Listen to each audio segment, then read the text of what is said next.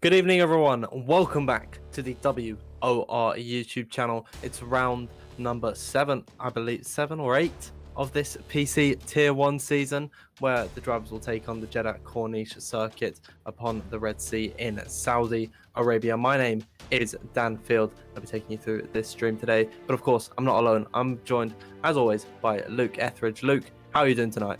I'm very well, thanks, Dan. Good evening to you. Good evening to everyone that is watching our lovely racing around Saudi Arabia. It always seems to be extremely close. A bit like Bahrain last week. It's full of DRS zones, full of overtaking possibilities, and hopefully full of really close racing once again. Yeah, absolutely. Of course, last time we came here back in Season 13, it was Jarno Opmeer taking victory along this street circuit in what was a thrilling last lap battle. He was able to take the win from, I believe it was Tom Manley, on the line. Of course, that contributed to him taking that championship. Maybe that could be a crucial race for some of our drivers tonight, because, Luke, the championship fight between the top 4 is looking closer than ever. Yeah, it is. It's fantastically close at the moment. If we just take a quick look at the championship standings, you might remember after last week we said Thomas Ronhaar was provisionally in the lead of the championship. He did end up getting another 3-second penalty for the move on Nico Longuet. That was reduced because a bit of moving under braking by Nico. So Jake Benham now actually leading the championship, 4 points ahead of Thomas Ronhaar. Alvaro Cavaton just 1 point further back. Any one of those top 4 could be leading the championship tonight. Istvan Pukki even really isn't that far out of it. And yeah, with 6 races to go, things looking really close, things hotting up. No clear favourites at the moment, I think it's fair to say. No, absolutely. It is completely close throughout the entirety of this championship fight at the moment. Seems like some drivers, they have really good tracks, and then they have really bad ones, and then everyone else can sort of catch up along there, and it has really contributed to what has been an incredibly close title fight. Of course, Jake Benham, he's been in the last few races incredibly quick along this in this grid. He got second in Azerbaijan, he won in Belgium, and he was able to take P2 last time out in Bahrain thanks to Thomas Ronhaar's penalty, which I would say, it was hard racing, but I think the penalty is justified. I believe the stewards noted that it was a push the pass overtake, which, yeah, after looking at the onboard, I can agree with. And I think Thomas Ronhaar, Luke, he's just going to have a chip on his shoulder, and surely he's going to go hell for the leather tonight. Yeah, his qualifying form's been fantastic at the moment. He's had pole position in the last 2 races. Could have easily had pole position in, the last 2 races he's taken part in, at least, Portugal and Bahrain. Took a victory in Portugal in what was dreadful conditions. Again, hopefully tonight we're going to get a dry race. It is Jeddah, and I know we've said before we have seen rain at Jeddah on an odd occasion. But yeah, I think he's going to have that bit of determination. Jake Benham leading the championship, barring Portugal. He's always been there or thereabouts. I don't think there's been many races, obviously took the victory in Belgium. Him and Otis Lawrence were in a different league in that race. But in all the other races, there's not really been a time where you thought, yeah, he's going to be the one taking the victory. But he's just always there, and he's building that consistency up, which is great to see. Alvaro's not here tonight, but he's back on form. And Nico Longuet, he's only done 4 races so far this season. And, Portugal was a bit of a disaster. But he's finished first in 2 of them now, second in another one. So he is looking really quick as well. Like we said, there's all those outsiders, so I think there's a few in the top, even though it seems a bit weird if they're fighting for the championship to say they've got a point to prove. I think any one of those top, well, 3 of the top 4 that are here tonight are going to want to obviously go into our break week on a high. Yeah, absolutely. I think this race really is going to be the one to break the deadlock. I think all 3 of these guys racing like that, being Jake Benham, Thomas Ronhaar, and Nicholas Longe, whoever takes victory is going to be quite some margin ahead, unless, of course, they manage to take P2 and P3 behind. But at around a circuit like Saudi Arabia, I mean, who knows what could happen. A track which should be dry. I mean, myself and Ginger Angie, I think one time in PSGL, had to commentate on a full intermediate course, and I looked up during the race how many times a year it rained, like how many days it rained a year in Saudi Arabia and in Jeddah in particular, and it was 6 times. So we just got very unlucky on that occasion. But Luke, I would think tonight we're going to see dry weather. Yeah, I think, dry weather is something I can pretty much guarantee. Things will be set to midnight as well, so qualifying should be at night time, and as will the race be obviously at the night time. And yeah, Jeddah is such a tight, twisty, but it's got so many corners, 27, so much more than any other. Plenty of fast-flowing corners, one of the fastest circuits, obviously, in Formula 1. So it's a race that should really, on paper, not take too long, but being a street circuit, being so fast, there is always that possibility, of course, that we are going to see a few safety cars, which might just make things a little bit more interesting, and especially with the strategy as well around here. If you're starting further back, you might see drivers waiting to go into the pits, getting mixed up with the front runners, because if you get a safety car, which, again, very possible around here, even losing a front wing can cause a safety car sometimes, you're going to be right back in the money. So skills extremely important, especially around a circuit as tight as this, but might just need luck on your side tonight if you want to take the win.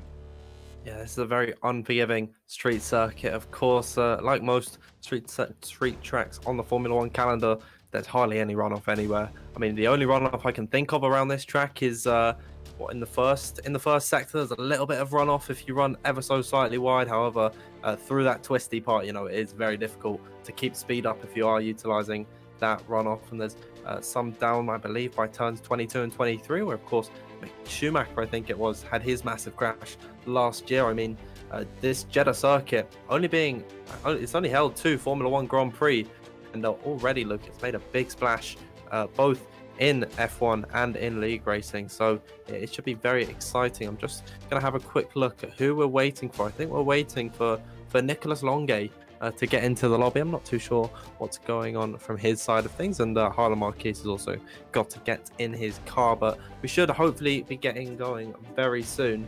And I'm really excited for this one, Luke. Certainly the championship is definitely, I think, at its climax at the moment. It's as close as it's ever been.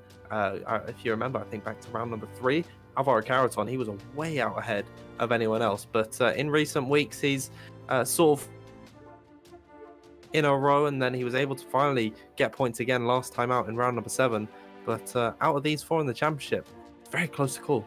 Yeah, definitely. I mean, I think you could definitely say 1 lap pace. Certainly, Ronhaar's got the edge, I'd say, over them. Carreton had that consistency.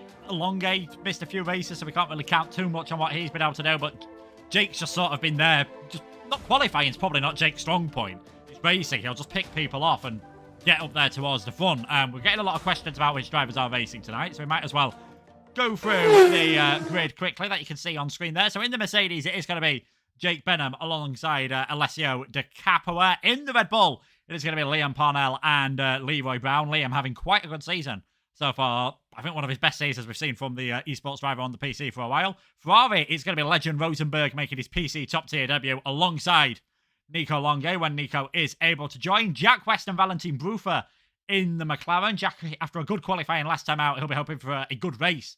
Things not going to plan for him in Bahrain. Ben Shishabo-Konye and Jan Halladej are in the Alpine. Teko Hardy and Istvan Pukki in the Alfa Tauri. Sam McBride alongside Harlan Marquis in the Aston Martin. You can see Nico Longe has now joined the lobby.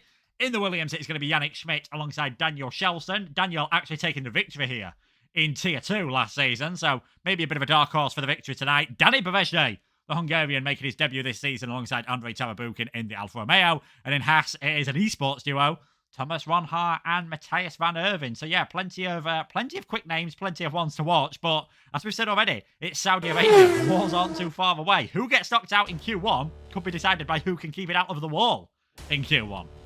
Absolutely, it's certainly going to be a very exciting qualifying session. You can see the clock is beginning to tick down, and we are about to get ready for this 18-minute Q1 session to decide the top 15 who will advance in towards Q2, and then the top 10 from that session will go on to Q3 to fight for pole position at a track where there's a lot of places to overtake. It's a very high-speed circuit. I think qualifying not too important around here. Maybe some guys take it a little bit easy, but given it's a street circuit, there could be carnage. Being caught at the back of the grid is not going to do you too well. You're just going to be hit with a face full of carbon fiber. So maybe the drivers might want to re-evaluate that strategy. Who knows as we'll head into the session. Yeah, who knows what we're going to end up seeing in the next 30 or 40 so minutes of qualifying, and then of course in the race, as we've said, least surprising news ever, it is absolutely bone dry for the qualifying session, but in what I'm sure is going to be no surprise, we're going to see everyone start to head out there on a set of the intermediates. Just get there, make sure that the setups are working, make sure that everything's working properly, installation laps, before obviously going on the soft tyres later on for what they'll be hoping is only one run in qualifying. Now, another thing that we do see quite often around this circuit, again, it's a street circuit, we've mentioned that a few times, there's a few blind corners.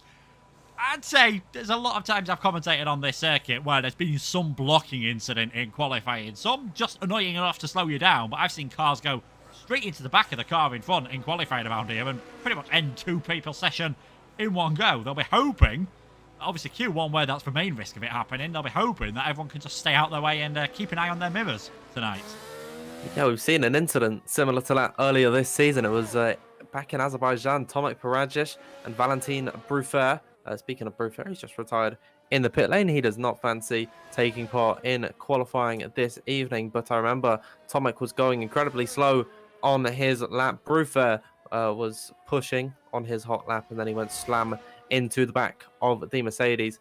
Luckily for Bruffer, even though he's not taking part in this session, Tomek wouldn't be racing today. So they wouldn't have any really space for a collision. However, Bruffer's teammate Jack West is out on circuit at the minute, of course, on his intermediate. So as we so often see in the early parts of qualifying, he'll be taking us on his outlap. Very straight sector 2. There's a lot of small little kinks in the corners, but really you can't call these turns. They are just little adjustments of the wheel. You can take them pretty much flat out throughout the entirety of it. Then you're met with turn number 22 and 23. Can catch a few guys out. I definitely think we're going to see some invalidations through there. It's a high-speed left, and then you have to flick it all the way back to the right. And if you carry too much speed through the first part of the corner, Luke, you're going to go off the circuit and invalidate your run.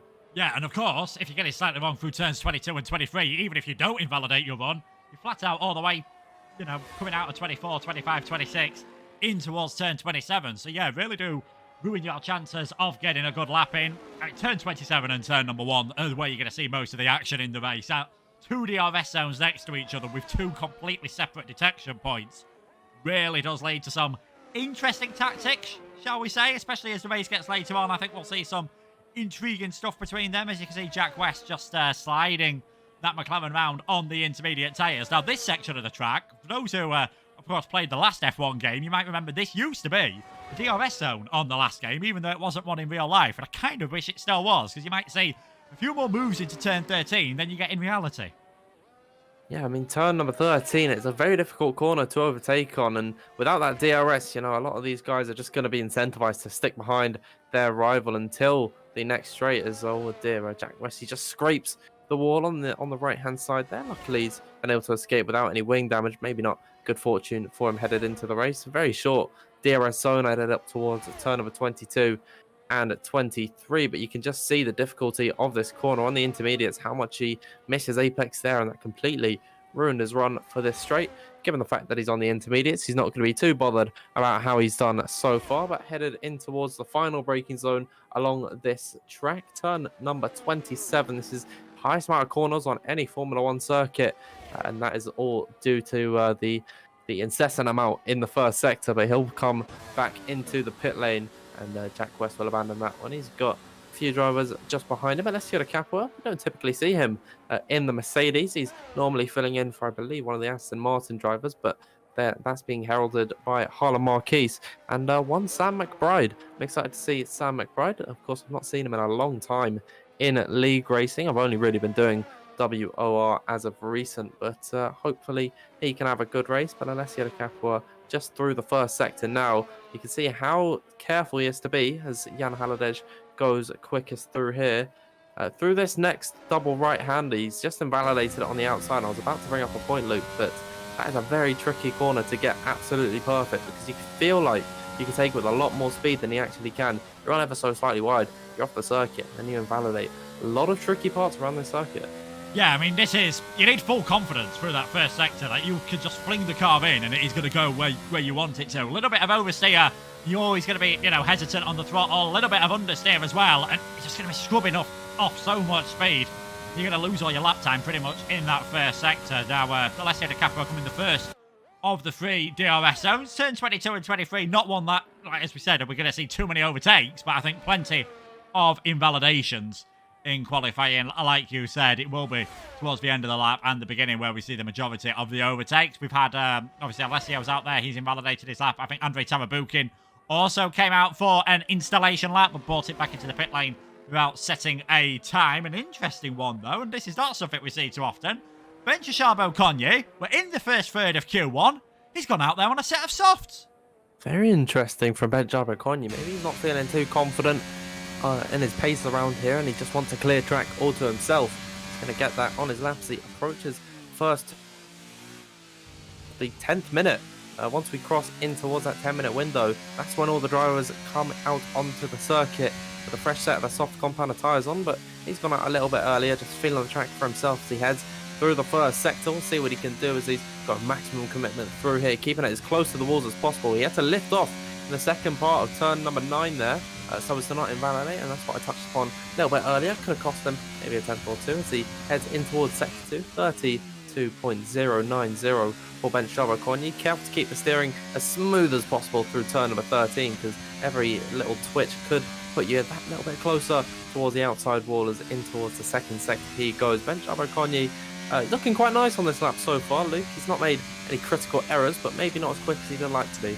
Yeah, street circuits, only got to take it a bit easier on the first lap, so probably are going to see big improvements as things go on in towards 22 and 23 there, 24 following shortly after the last right-hander on this circuit. DRS open as you're flat out through turns number 25 and 26. Reaching speeds, you'll see there, 330 kilometers per hour, just over 205 miles per hour. Spot the braking point for turn number 27. Take a light apex to straighten up the car as soon as possible. And Benchashabo Konyi there, heading towards the finish line. What time is it going to be? 1:27.720 for the Hungarian.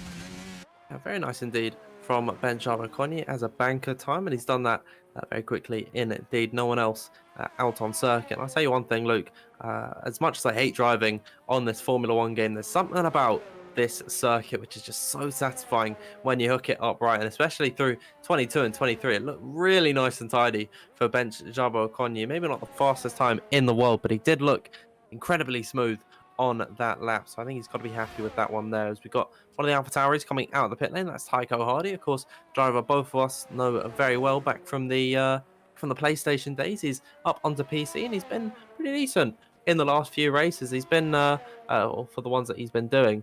He got 4 points last time out. That is, I believe, an 8th place finish for Tycho Hardy, and I think for his sake, I'd really like to see him back in that top 10. Yeah, definitely. He's, done well, not disgraced himself so far in the races that we've seen him in. He got that, as you mentioned, 8th place last time out. A couple of, he got a 14th place at Belgium, but of course with the safety car towards the end of the race, things were a bit real mixed up there. And yeah, very respectable performance. I mean, we're seeing Legend Rosenberg as well tonight, someone else who's transitioned from the PlayStation platform in recent times. So yeah, really looking forward to seeing what all these drivers can do, and if you fancy testing yourself out in some of the best equipment out there. Williams have got their Esports Lounge, and before everyone starts their first laps in qualifying, let's have a quick look at the Williams Esports Lounge.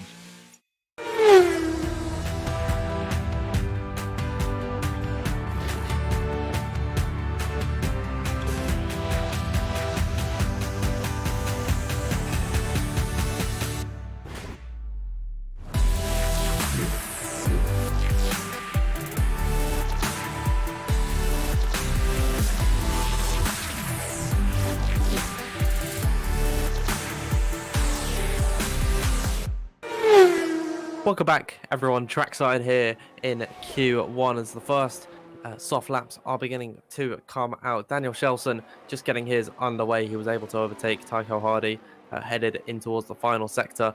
And already you can see, Luke, a little bit of traffic up ahead. The two Haas cars going to have to get out of the way as soon as possible.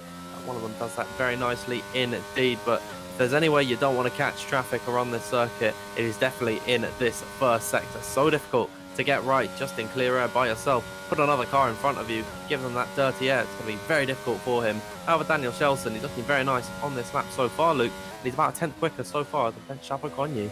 Yeah, obviously straight circuits, we normally see quite a lot of track evolution, and it's not just the dirty air that can obviously cause problems on your lap time. Quite often, I find it's just that distraction of having a car in front of you, and you're like, oh, have they seen me coming? You know, are they quite aware of where I am out on the circuit? And you just hesitate, and in a grid this close, you know, losing a tenth to a lap could make the difference between being comfortably through towards the next part of qualifying or getting yourself knocked out. And Daniel Shelson just tapped the inside of the wall there.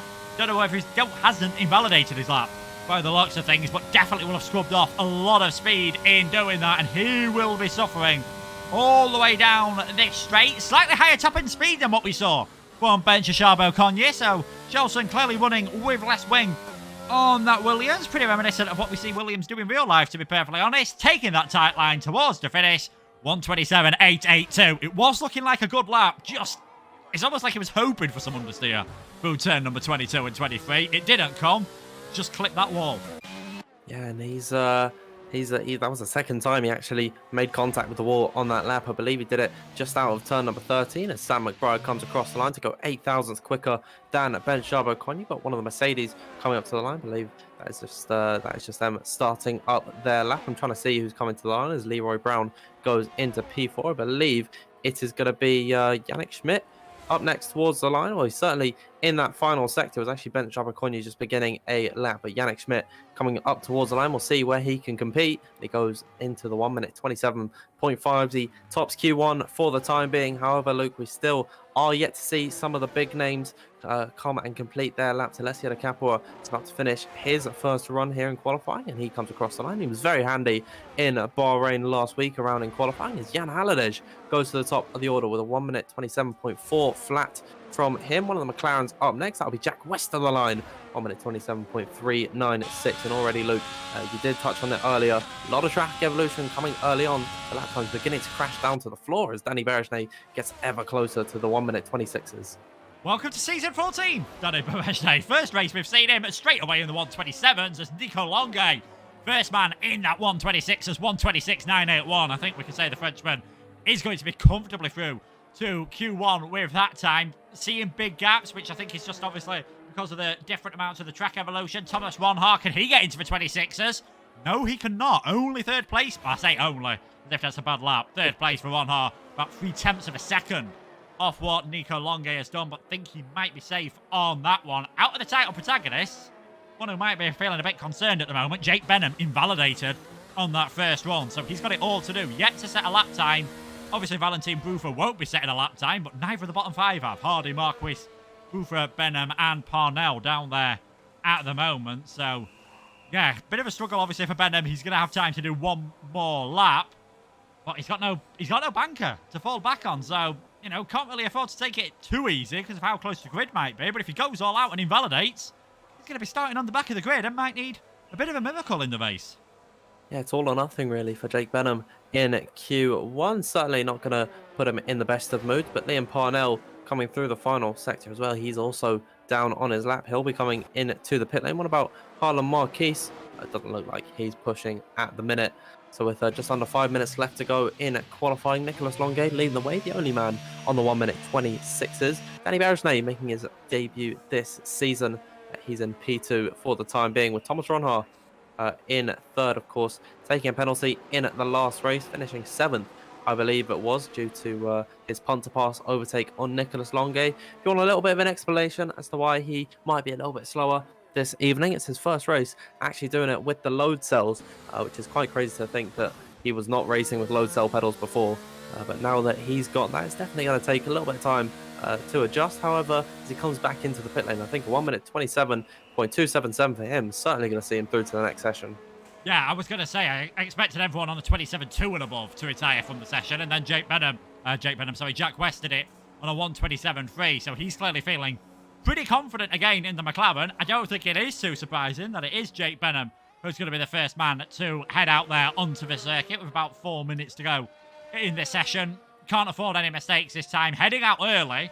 Might mean he misses for traffic on one lap. He might just get a bit unlucky towards the end of the lap, but if he does invalidate early on, as long as he doesn't damage the car, might just have enough time to get back out there again, and all the top 6 have now retired from the session. So yeah, pressure on Jake Benham here, but we've seen him be in awkward situations in qualifying before, but he always seems to be able to pull something out of the bag. With 3 minutes still to go in this session, will have that time to set a second lap if his first one is not good enough. But if his first lap's just plain slow, he's not going to have the ERS to set a quick second lap. So if you're going to make a mistake, Jake, you're probably better off to do it early on in the lap, as we are now starting to see a few more cars trickle out of the pit lane. Let us know in the chat, folks. What do you think the cutoff time is going to be in this session? 1:27.882 at the moment for Daniel Shelson. But with all those bottom 5 having yet to set a time, just got to wonder, how confident can you really be if you are one of those top 6 that is sitting in the pit lane? I'm feeling that around about the 1 minute 1 minute 27 fours is where you're kind of going to be able to get into the next session. I think Jan Halliday doesn't actually need to come out for another lap here, given that he's a 10th clear of Alessio De Capua in 8th position as Jake Benham begins his lap. A lot of drivers exiting the pit lane as we speak. There's an AlphaTauri, Haas, and an Aston Martin in that first sector, and Jake Benham's not going to be catching them at a very ideal time. Hopefully they pick up the pace and not get in the way of the rising all-star as he heads in towards sector 1. We'll see what he can do, as he's got to go maximum commitment through here, but keep it within track limits. If he invalidates this early on, it's not the end of the world. He's got plenty of time to charge up the battery and go once again, but he's taken that very nicely indeed. In towards sector 2 he goes. Then at the end of this short straight, formerly a DRS straight, as it's a 31.862 for Jake Benham. Looking pretty decent so far as he heads in towards the second sector now, getting close to the wall as possible without touching it, and in towards now this fast right-hander where now the traffic is going to begin to get in his way. However, down this straight might actually be handy to have another car in front of you, given that you could get a slight tow from them up ahead. However, no such benefit will be given to Jake Benham up towards now turns number 22 and 23. A 1 minute 0.156 for the first 2 sectors. The Aston Martin gets out of the way. No tow for Jake Benham, but Luke, he's looked very nice and tidy on this lap. Yeah, I think possibly just coming through turn 13, he had to make a slight bit of a correction, but doesn't look like it has cost the young Brit any time whatsoever as he heads around the final corner. Again, a little bit of a slide, keeps his foot planted to the throttle though. Jake Benham towards the line. Is his time going to be good enough? 1:27.196 should comfortably see him through to the next part of qualifying. And if you are the rest of the drivers, you're starting to think, are those the type of improvements we are going to see from others? Leroy Brown, I think, has made a mistake on this lap, so he's maybe, well, still using his ERS, but this lap is certainly not going to be good enough for an improvement. And if he's burning up his ERS, he's not going to have anything to do on the next lap. So I think Leroy Brown is going to be in a lot of trouble at the end of this one. Andrei Tarabukin, he's just heading around as well. Leroy Brown, yeah, comes into the pit, so one improvement behind him. He is going to be heading out in this first qualifying session. Andrei Tarabukin gained a few places after getting penalty removes last week towards the finish line. What's it going to be for Tarabukin? Puts himself in towards 7th place, and that is Sam McBride. Can only get himself up towards 13th. Andrei Tarabukin could be safe, but it is going to be cutting it very close with a 1 minute 27.618 for Sam McBride. We got one of the Williams, I believe this is, in the final sector. No, it is Daniel Shelson coming up towards the line. 1 minute 27.258. He's going to safely get into the next session. Alessio De Capua only in 11th. Liam Parnell to the line next. P15, he puts Legend Rosenberg in that drop zone, but Rosenberg comes to the line, making his debut this evening. He goes into P7. One of the Williams up next. That'll be Yannick Schmidt to the line, I believe it was, and he is now down in towards 15th position because Tycho Hardy gets himself out of Q1. Only Harlan Marquise coming up towards the line now. He's the man in the drop zone. Can he get himself out of that bottom 5? And oh dear, no, not quite. He's only 300ths off the back of Yannick Schmidt there, but unfortunately both Aston Martins going to be sent crashing out in qualifying 1. They'll be joined by the 2 Red Bulls of Liam Parnell and Leroy Brown. And Valentin Brufel, we didn't see him at all in this session, but for the likes of De Capua, Van Erven and Schmidt, they all live to fight another day and towards Q2. Yeah, all able to make it through there. Aston Martin looking a bit more like they did in 2022 around this circuit, obviously, than rather what we saw from them in the first race of 2023. So close between Marquis, so close between, so many drivers down there. You can see 5 drivers on a 127.5. De Capua, Van Erven, Schmidt making it through. Harlan Marquis making it out. Leroy Brown making a mistake on his run, puts him down in 19th. Liam Parnell a bit further down the order, but there's plenty of chaos that can happen in the race. And I've got to say, impressive times that are up there towards the top of that session. Bludgeon Rosenberg, first time I've seen him on the PC platform. Yeah, it took him a second run to do it, but P7, not bad whatsoever from the Ferrari man. No, absolutely. I think Legend was sort of past my time on the PlayStation platform, but he is a driver I've certainly seen in and around about the league racing scene. He's looked very impressive. He continues to impress as he heads in towards the PC platform tonight on WOR. Very impressed with how he's done so far, making his presence known in towards Q2 as we're getting ready for the start of the next session. Nicolas Longuet, 2/10 clear of anyone else at the top of the order. Himself and Danny Bergenet didn't even need a second lap there. Bergenet sits in second. Jake Benham, very close, cut it very fine, but with his time, with his 1 lap, he was able to get in this session. He puts himself into P3 alongside Daniel Shelson. Thomas Ronhaar, we didn't see him at all towards the end. He's in 5th alongside Pookie. Rosenberg 7th. 8th is Jabberconny. Tarabuk in 9th.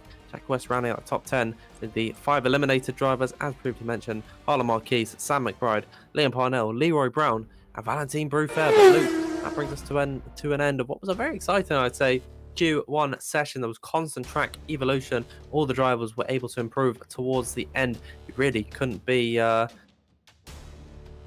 confident throughout the entirety of that session. So I hope that continues in towards Q2.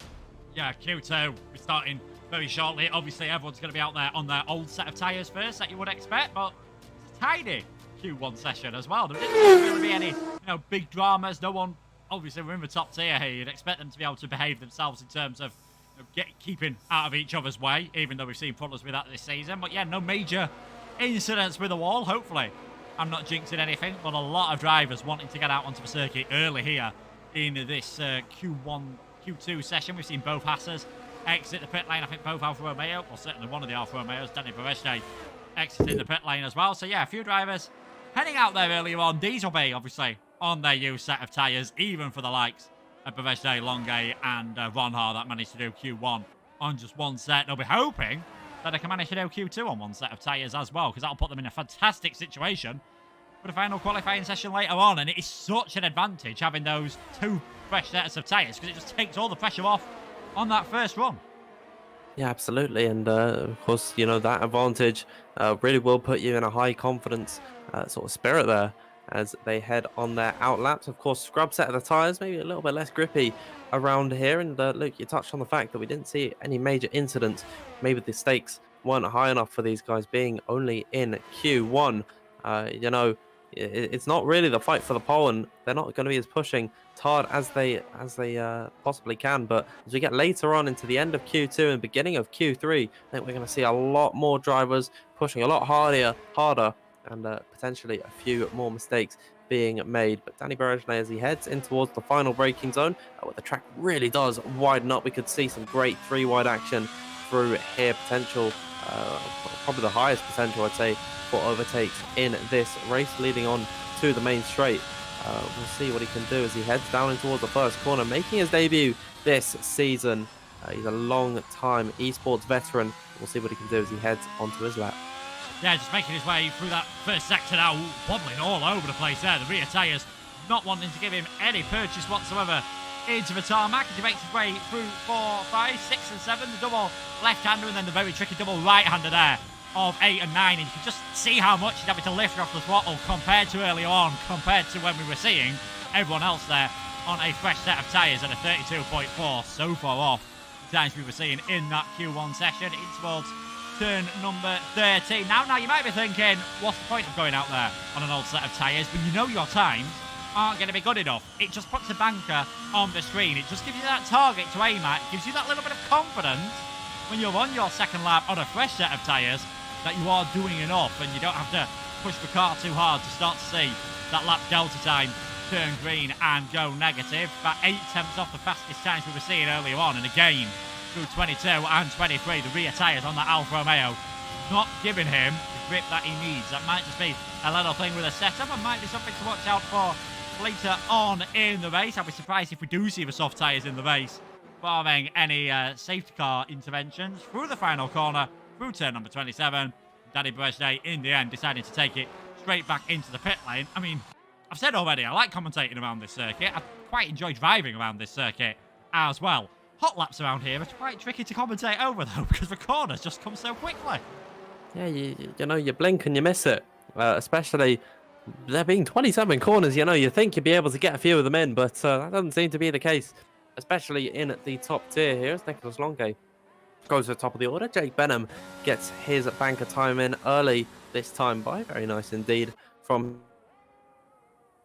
coming across the line, going quicker than both of the Haas drivers at the moment. It seems a scrub set their tyres. We're about 5 tenths off of what we saw at the beginning of, at the end of Q1. We got yellow flags in sector 1. Jack West is going a little bit slow, and oh dear, he's had a spin on his cooldown lap. Interestingly enough, I think he's been able to avoid the wall, and he's not got any wing damage to that McLaren. Of course, that would be a slight issue for him getting back in towards the pit lane. You know, he can't go quickly and he'll sacrifice that little bit of time, but he's been able to keep it out of the barriers. Isvan Pukki, Danny Brezhnev, Alessio Capua and Bent Jabo Konyi yet to set a time in this session so far. But Luke, now that the first initial banker times are done, we get to think about what we're going to see on the fresh set of the tyres. Seems like the likes of Jake Benham, Nicholas Longe and Tycho Hardy, they're in a great position. Yeah, I mean, that time from Jake Benham would have been good enough to get him through to Q2. And he's done that on a used set of tyres, so might have taken him a bit of time to get into this qualifying session, but the All-Star looking very good under the stars here in Saudi Arabia.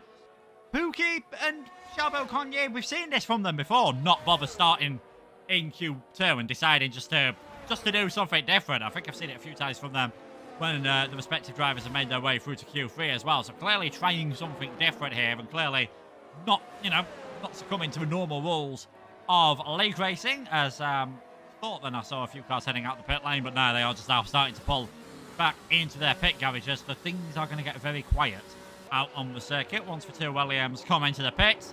Lap times I think you're going to need in this session. It was a 1:27.5 last time. I think, 1:27.2, 1:27.3, sort of in and around that margin. Anyone who gets in for 26s is going to be comfortably safe, and you'll be seeing obviously retire from the section. I think maybe anyone that's on a 27.1 might also decide to do that. 9 minutes, 5 seconds remaining in this session. They're looking very happy in the paddock club, and they'll be looking even happier soon because we have got another car heading out onto the circuit, and Danny Brezhnev is going to be the first driver to set a hot lap in Q2 on a fresh set of the tyres.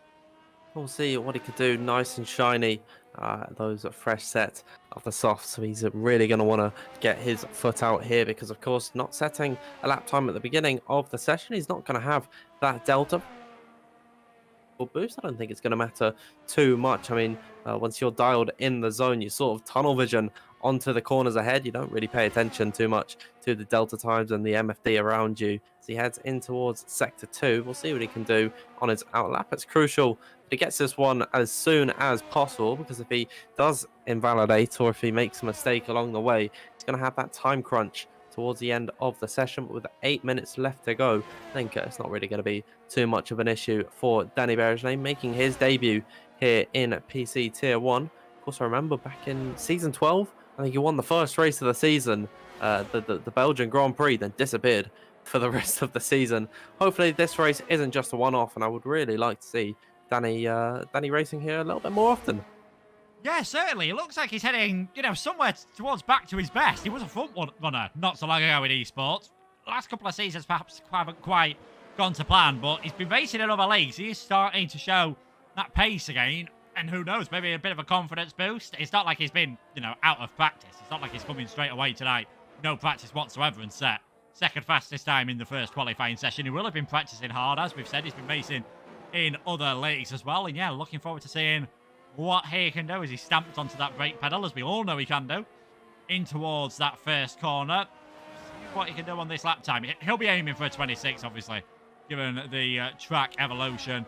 just see him come through turns number 8 and 9. So much more confidence than what he had on that first tyre run. Interestingly, did that entire section in 6th gear. We've seen a few drivers in that first sector start off in 7th gear, coming through turns number 6 and 7, and then shift down. But Danny Breste keeping it in 6th gear all the way through. Just slightly different driving styles, obviously, from all these drivers. And it's amazing to me how, different setups can be, different driving styles, and we can still end up so close lap times.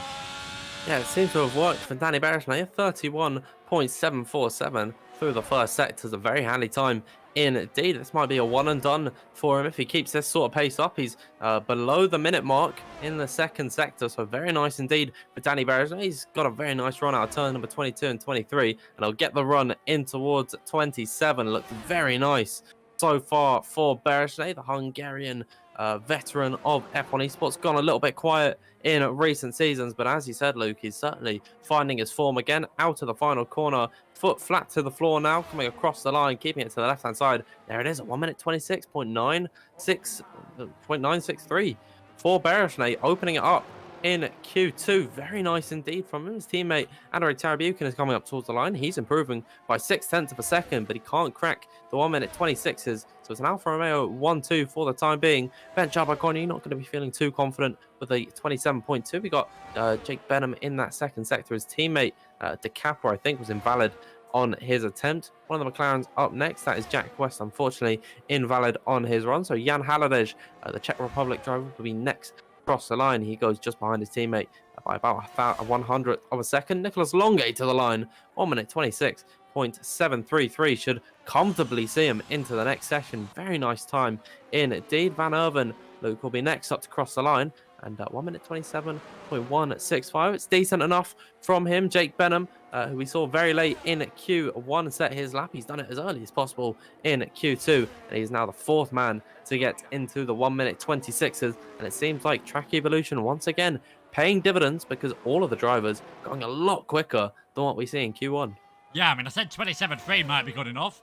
It's not looking that way at the moment, because that's what Rosenberg's on, and he's in, he's one off the drop zone at the moment. Alessio De Capra, he's invalidated this lap time quite early on, so he'll be diving it back towards the pits. And another driver, a big name, invalidating their lap time, Thomas Ronhaar, 2 pole positions in a row. He's going to have it all to do on his final run. Obviously, having only done 1 run in Q1, that's not really going to affect his Q3 too much, but doesn't set a lap time next time. He is going to be heading home. Longay looking like the one to beat in these early stages so far. Just seems to be on it around here. But yeah, time's looking very quickly indeed. And again, he wasn't on the graphic. He's not too far off the championship lead, but Esteban Pookie getting into the 26.9s. Write this man off at your peril. The lead non-esports driver in the championship at the moment.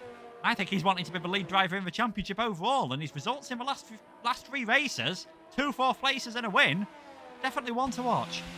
I think it's criminal if Istvan Pukki doesn't get picked up somewhere in the next F1 Esports season, especially in recent weeks. He's been incredibly quick, and I really do hope that Challengers can prove something for him. If I'm not mistaken, he'll be racing in Challengers. I won't tell a lie. I've not been paying too much attention to all of that, as Jack West, he's had a oh dear. He's had a collision somewhere along the road with Matthijs van Erven, but I think that might have been into the pit lane.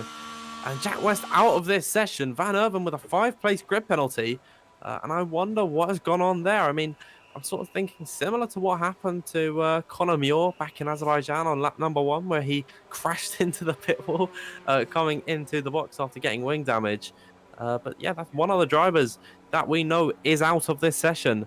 With 3 minutes left to go, Matthijs van Erven's just put in the Tier 1 Discord chat, and he said, "Jack, you absolute idiot." So something's definitely gone on there. But he sent the laughing, he sent the laugh cry emojis. So I think it's all in good spirit. So something's happened there. Yeah, I think you're pretty right. Wouldn't surprise me if Jack's got it wrong on the way into the pit lane, and then Matthias says, "Come round the corner," and there's been a McLaren part there all of a sudden. He did have some front wing damage, did Van Erven. So yeah, costly for Jack West, but costly for Van Erven as well, who's having quite a good qualifying session here. He's up in 6th place at the moment, but 6th place is going to be the best he can get in qualifying, obviously. With that 5-second penalty, still in the pit lane at the moment, unsurprisingly. Longay, Pookie and Tarabukin have retired from the session. Benham and Breste will be joining them soon. And also, unsurprisingly, Thomas Ronhaar, 2 pole positions in a row, down in 13th at the moment. Needs to get used to those new pedals pretty damn quickly. Invalidated lap time earlier on. What is he going to be able to do with 1 minute 50 seconds remaining in this Q2 session? On the way down towards turn number 1 now, which obviously swings you towards the right-hand side for Q number 2. Turn number 2. And that's something we haven't mentioned so far yet, Dan. That pit lane exit sort of feeds you out onto the outside of turn number 2, and I've seen it cause incidents before. Yeah, we definitely could see some side-by-side action out of the pit lane come race time. You know, some drivers, if they stay out a little bit later, the undercut could be effective for them. And then all of a sudden, they're right alongside each other off the exit, and then they're running side-by-side in the first sector. Speaking of the first sector, Thomas Ronhaar improving by over half a second. He's looking very good so far on his attempt already with this lap. He would see himself I think, yeah, no, actually into 11th. But of course, if he just keeps finding this improvement, we'll definitely see him way up the order as he heads in towards Sector 2 with the DRS open for him. He's got this short kink straight and then in towards 22 and 23, one of the most critical corners along this track, because if you mess it up, you'll have a terrible run down in towards 27. He's done that very nicely indeed. DRS wide open on the back of that Haas car. The Dutchman reaching speeds up to 208 miles per hour at the braking zone. Late apex through here, get the car straightened up as early as possible, then foot flat to the floor for Thomas Ronhaar. Open up the DRS once again, headed up towards the line. We'll see what he can do. He goes quickest of them all, 1 minute 26.708. And Luke, I think so far, those pedals working very well for him. Yeah, I think it's fair to say he's used to them, isn't he, at the moment? I mean, Jonas Martins predicted a possible 0.6 on that lap. Not far off. 26.708. Quarter of a tenth of a second faster than what we saw Longue do. Checkered flag is going to be coming out very shortly, so Ben Charbel-Cogne needs to get this final corner right. It's going to be his one and final run in this session. Looks like it might be good enough to put him in and around his countrymen of Baveshde and Pookie so far. In the end, just behind Andrei Tarabukin. So Ronhaar's finished, he's fastest. Charbel-Cogne has finished.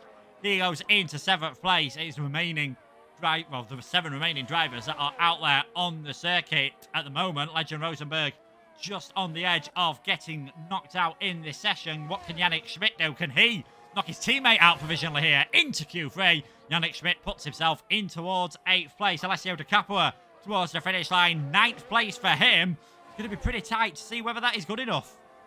Jan Haladej knocks him down into 10th, and now in that drop zone, Alessio De Capua out of the session, eliminated by Tycho Hardy. Matthijs van Erven, a big name that we could be losing in this session. He's hit the wall out the exit of turn number 27. Matthijs van Erven, we will not be seeing him in the final part of qualifying. Daniel Shelson coming up towards the line. Can he eliminate Hardy? Indeed he can. And there it is, in towards P7 for Daniel Shelson. No new laps have been begun, so the drop zone is filled up by the likes of Tycho Hardy, Jan Haladej, Alessio De Capua, Matthijs van Erven, and Jack West. And Matthijs van Erven will be starting down in 19th after that 5-place grid penalty. I think if it is an unjust penalty, surely we'd do a lobby restart. But for the time being, Van Erven has got a lot of work to do.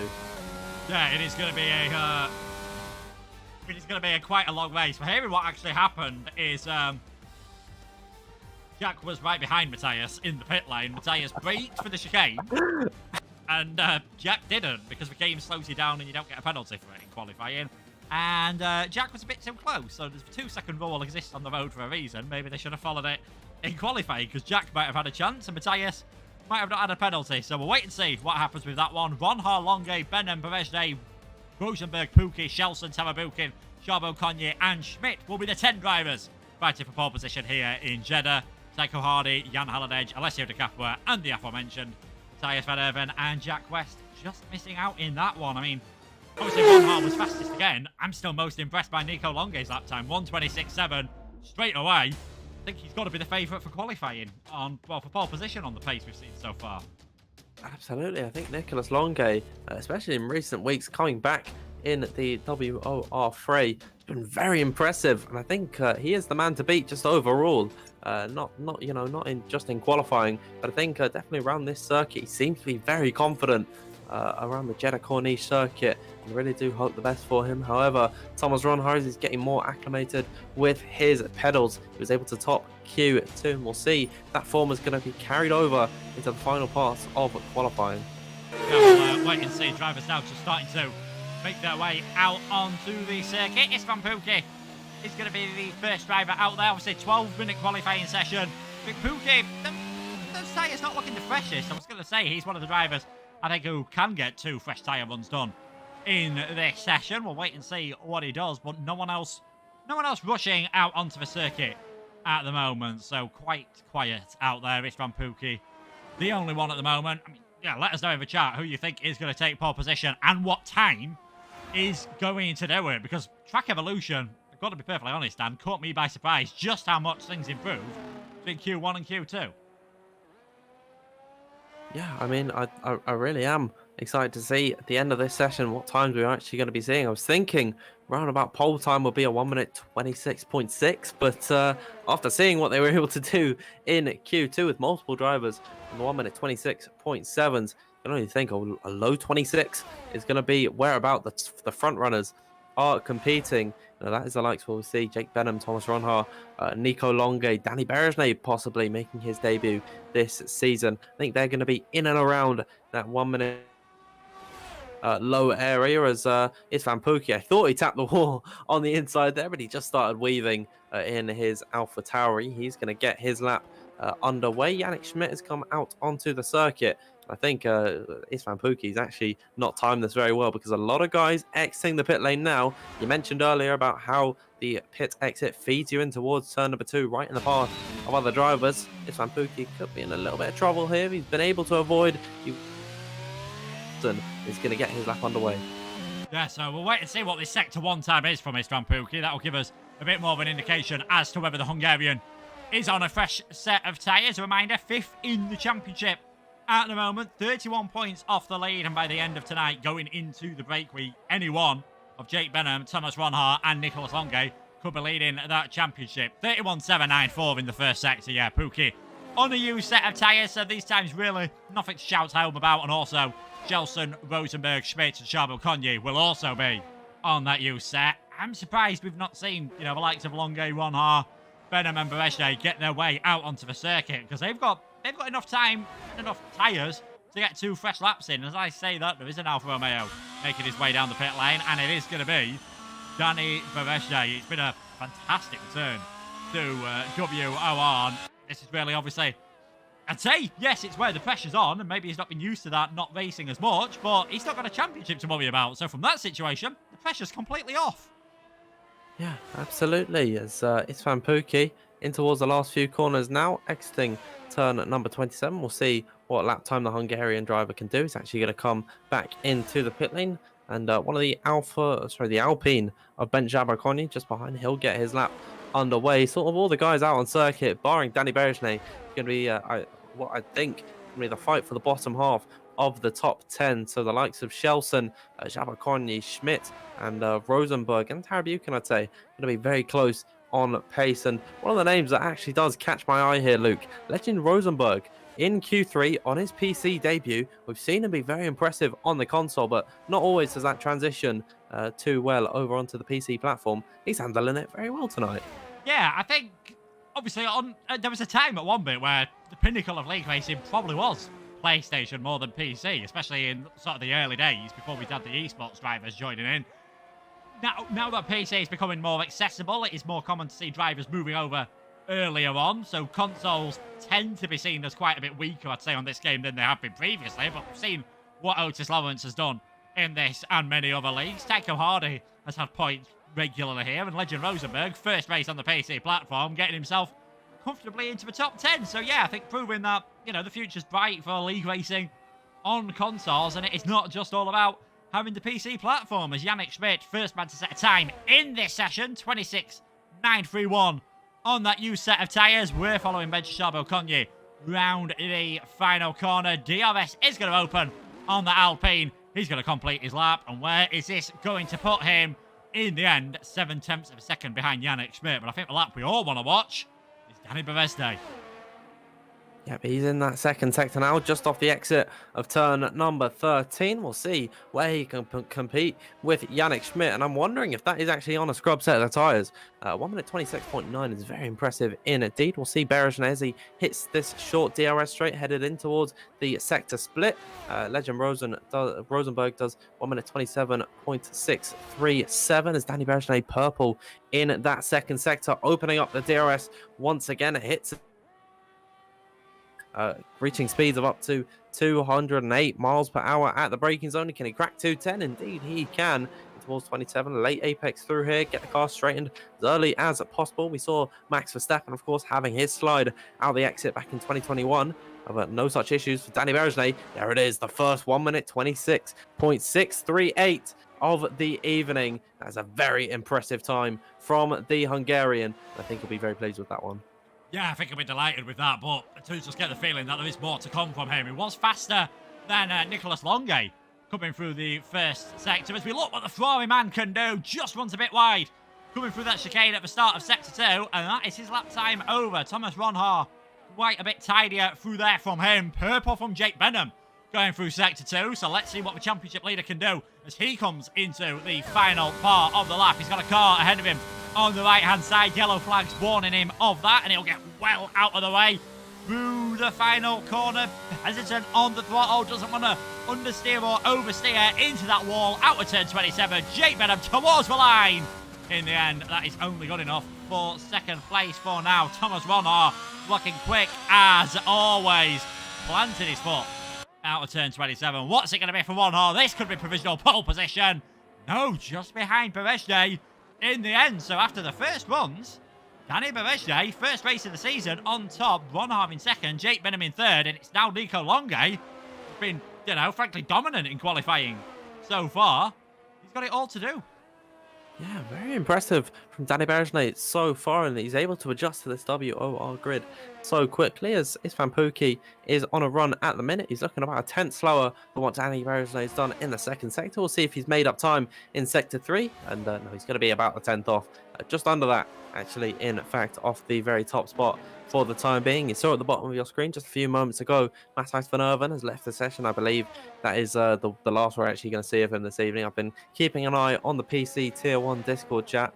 Van Erven not happy about the decision that's been made about there not being a lobby restart for his penalty being removed, given that neither himself or Jack West actually had a clip of the incident.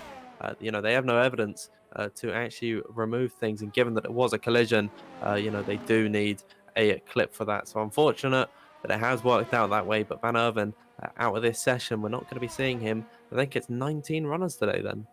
Yeah, I think that's the first time all season we've been, technically we did start with 20, so yeah, I think it's for the first time all season that we aren't going to have a race starting with a full 20 drivers, which I think it's a testament to the work that the admins have done behind the scene. We've had there's been a lot of talk about drivers getting fed up with league racing. Obviously, all the talk, Jarno said he's no longer racing on F1 22 anymore. We're going to hear more about what's happening with F1 23, I think, in the next few weeks, of course, with that game coming out soon. But every week, the admins seem to be able to find 20 top drivers. Yes, they're not all esports drivers, but Pook is an example. He's within a tenth of a second off pole position at the moment. He's not an esports driver. Yannick Schmidt in the 126ers. Top quality grids here, no matter who is racing. We'll wait and see who's going to be top of the top quality grid in just a few minutes' time, as that is going to be Danny Bereshne heading out onto circuit first once again. 3 minutes to go. We're going to have one final lap to see if he can improve on that 126.638, which is provisionally good enough for pole position. Yeah, let us know, everyone, in the live chat what you believe the quickest time is going to be. I'm seeing 716 live viewers this evening. Thank you, everyone, so much for tuning in tonight. Really excited to see how this race pans out with 2.5 minutes left to go in this session. Let us know what you think the quickest time will be. Otis Lawrence, a driver we're not seeing, unfortunately, this evening on a circuit. He says a 0.5, as does VSR Jack. 1 minute 26.534 from Danny Bereshne. Actually, let us know, everyone, who you think is going to be on pole position. Luke, it's going to be very tough to call at this point. Who's taking the top spot? You know what? I just fancy him. I just fancy Longue to do it. I just fancy him to pull something out of the bag, but I agree, you're going to need a 26.5 to have any hope. That 26.638 from Danny Bereshne, I don't think you're going to be good enough for the front row.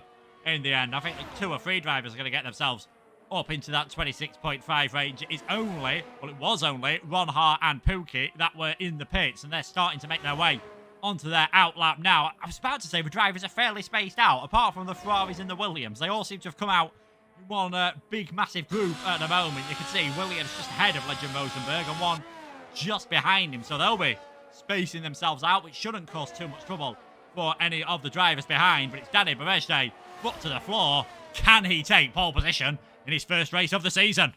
Provisionally P1 for the time being. The Hungarian marches his way in towards the first sector now, getting his way through turns number 2 and 3. Power down as early as possible, and then heading towards this first left-hander in towards the S as he bashes the wall on the inside. Oh dear, Danny Berejne doesn't look like he's got any wing damage from that one there, but it's already not a good it's not looking good so far for the Hungarian. He's made a fatal error very early on this lap, and unfortunately that might be his time in the bin. 4 tenths down, and that looks unrecoverable, Luke, for the rest of this session. I'm trying to see who we can actually follow.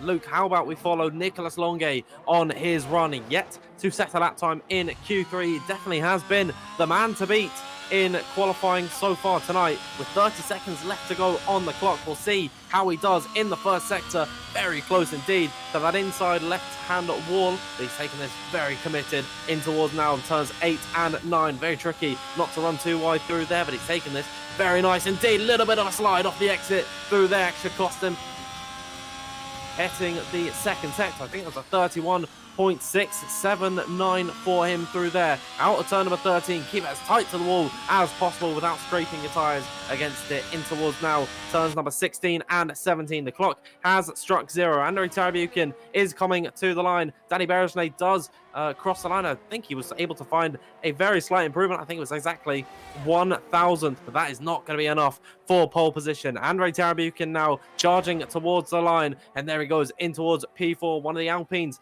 up next across the line. That'll be Bench Jabra-Cogny. It's only P7 for him. The Frenchman now up next, 13 points off the championship lead from Jake Benham at the minute. A good race he has here tonight. He could see the top of the championship order. Off the exit now, turn number 27, late apex through there. DRS wide open. Here he comes now down, keeping it towards the left-hand side, crossing the line. He is on pole provisionally. 1 minute 26.612. Very nice indeed. Thomas Ronhaar doesn't set a lap. Interestingly enough, I think he's had some sort of PC issue there. Jake Benham up next across the line in the Mercedes. Can he join Nicolas Longuet on the front row of the grid? He's going to cross the line. It's only P4 for the young Englishman. The All-Star will start on the second row. It's towards the line now. We'll see what he can do as one of the Ferraris comes into the pit lane. Legend Rosenberg into the box, as does Yannick Schmidt. And Isfan Pookie comes across the line. It's only P5 for him, but that, Luke, brings us to the end of qualifying with a 1 minute 26.612. Nicolas Longuet on pole position. On pole position with probably the scrappiest sector one you're ever going to see in a pole position in your lifetime. Like, so out of control through that first sector, but Berejne made a mistake. Something's happened with Ronhaar. We're not sure. I mean, we're hearing he may have had a spin in the chat, so yeah, that obviously caused issues for him. Benham not able to find an improvement towards the end. Neither did Pookie. Yannick Schmidt I saw with no front wing. We said we were waiting for chaos in Saudi Arabia. It all sort of happened towards the end. But yeah, Nico Longuet somehow, despite all of that, managed to take pole position. Very nicely done indeed. And look how close things are. 27 corners around this circuit. The top 4 drivers within a tenth of a second. I mean, Danny Berejne doesn't even... He hits the wall on the inside of his lap. He improves by 1,000th of a second, and he's still on the front row there. I think that's some kind of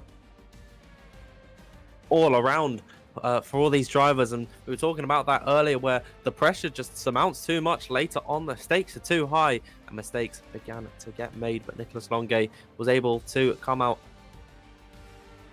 Ronhaar, Benham in 3rd and 4th, Isfan Pookie, Tarabukin, then Schmidt, Jabra-Cogny, then it is Daniel Kjellchen and Legend Rosenberg in 9th and 10th. That brings us to the end of qualifying. We're getting ready for this race. I believe, Luke, it's 25 laps around here. Should be very exciting. Yeah, it should be very exciting. I mean, we've seen how close things are.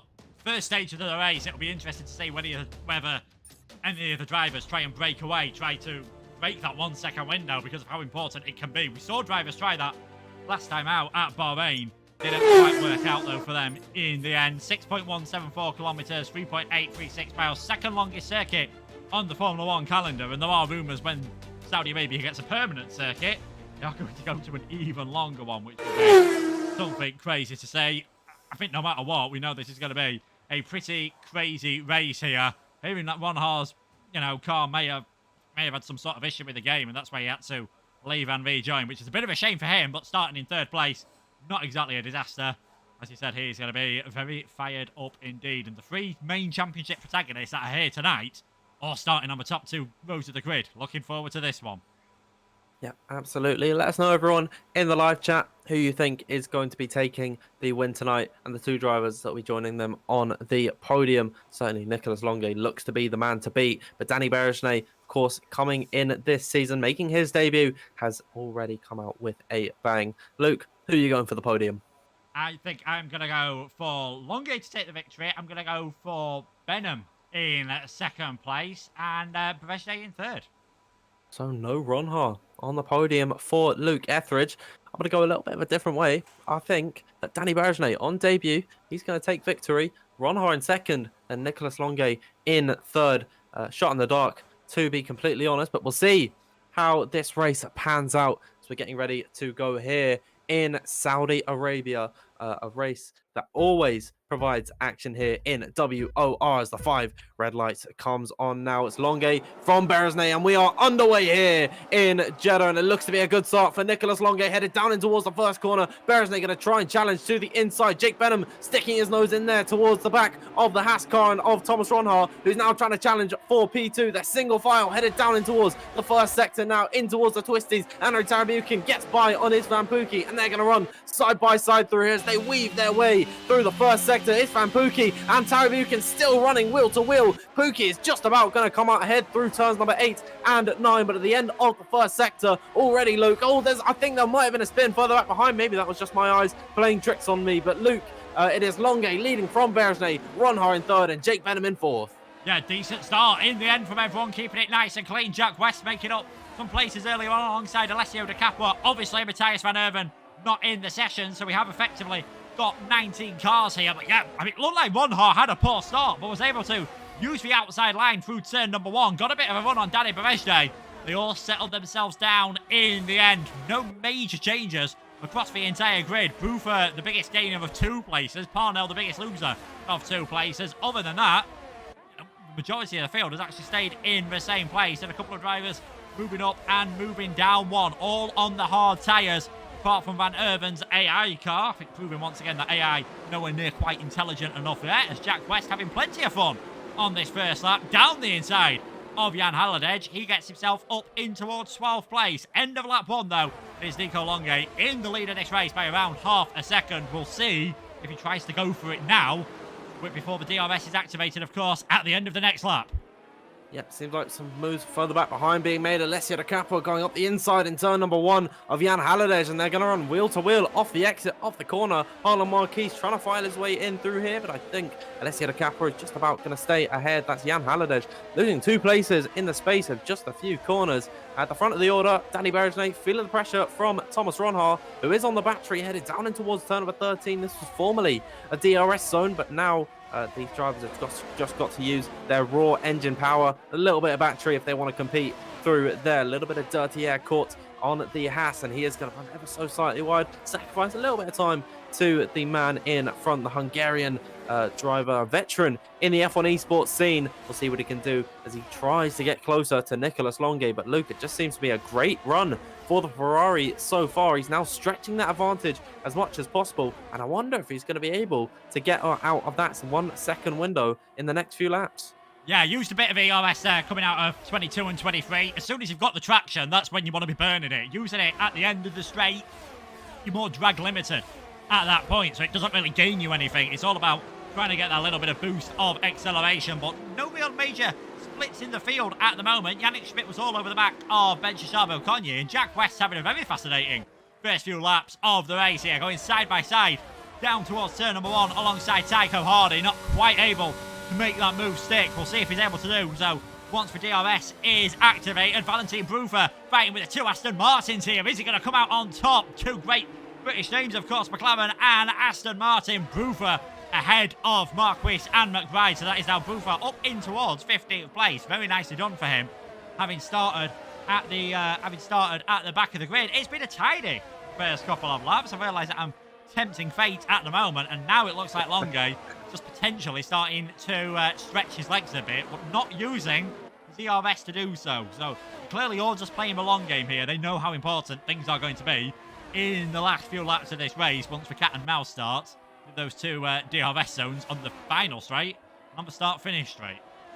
And this is such a difficult circuit to charge up the battery given the high-speed nature of it. So if you use it up too early, it's very unlikely that you're going to have those numbers later on in the race. Danny Berejnay is going to have a healthy dosage of DRS to defend from Thomas Ronhaar, and he'll get that once again headed down in towards turn number 27. And already you can see the effects of it as he's now closed that gap by about 0.2 of a second and gaining in towards turn number 27. Nicolas Longuet, his work has been completely undone by the power of the DRS. He's been able to save a little bit more battery than Berejnay is now off the exit of the final corner. Essentially, this is 3 back-to-back-to-back DRS zones, as now Danny Berejnay sets fast lap immediately taken away by Thomas Ronhaar. They're all concertinaing up in towards number 4, and my screen lagged ever so slightly there. I thought Danny Berejnay had a spin out of turn number 1, but no, I was wrong.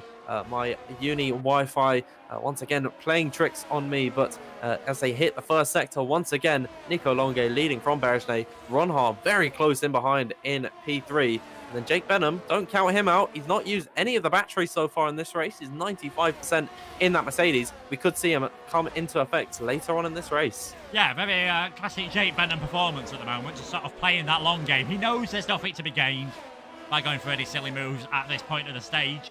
It wasn't just the DRS that helped Berejnay catch up to the back of Longuet. Longuet had an almighty moment coming out of turn number 23. Really had to get out the throttle, and I think they lost 2 or 3 attempts before Berejnay had even opened the DRS. So as long as he keeps it clean this time around, shouldn't really be at threat of being overtaken. The entire human field in this race is in one long DRS train, so no one is really out of it at the moment. It is great to see just how close things are at the moment. Someone who's probably not enjoying how close things are, though, is Danny Berejnay. He had Thomas Ronhaar all over the back of him. Yeah, Ronhaar taking a few different lines here, whether he's just trying to spook Berejnay into making a mistake. The Hungarian's been around far too long to fall for those tricks, so end of lap number 4 here. Longuet, Berejnay, Ronhaar and Benham, about 1 second separated our top 4 drivers, and Istvan Pukki just on the edge of falling out of the DRS range, but he's got a full battery, so I feel like if he was at any threat, he could just go for it. And oh, is that Pukki that's just tapped the wall there? Dear, he's lost a bit of time to Jake Benham, and he's almost out of the DRS range. If he's able to bring it back in this first sector, they won't be seeing any DRS in towards until about turns number 22 and 23, so he should be okay. But maybe it's signs of the pressure mounting on the Hungarian runner. As I'm noticing, Luke, Danny Berejnay loses a lot of time in that first sector. Thomas Ronhaar keeps it very close, and every single lap he's edging that little bit closer to the rear of the Alfa Romeo. It's only a matter of time, surely, before he gets fed up of looking at that rear wing that Danny Berejnay has. Seems wider than anything else on the circuit. A slight tap to the wall for Thomas Ronhaar. Doesn't sacrifice any speed, as we've got the first time penalty of the day very early on, I would add. Alessia de Capua, I'd imagine that's down through turns number 16 and 17, but now off the exit of turns number 22 and 23, Danny Berejnay looks a lot closer to Nicolas Longuet, and this is a very long straight headed down towards turn number 27. If he's able to get close, potentially in towards turn number 1, he could have an opportunity. Will we see a battle here for the lead of the race at the end of lap number 5? We'll have to wait and see. Back on the DRS, back on the battery, headed down in towards the first corner. Nicolas Longuet doesn't seem to be feeling too much threat from the Hungarian. Moves ever so slightly towards the inside line, but no, Danny Berejnay, he makes his intentions clear. He doesn't want to go for the lead.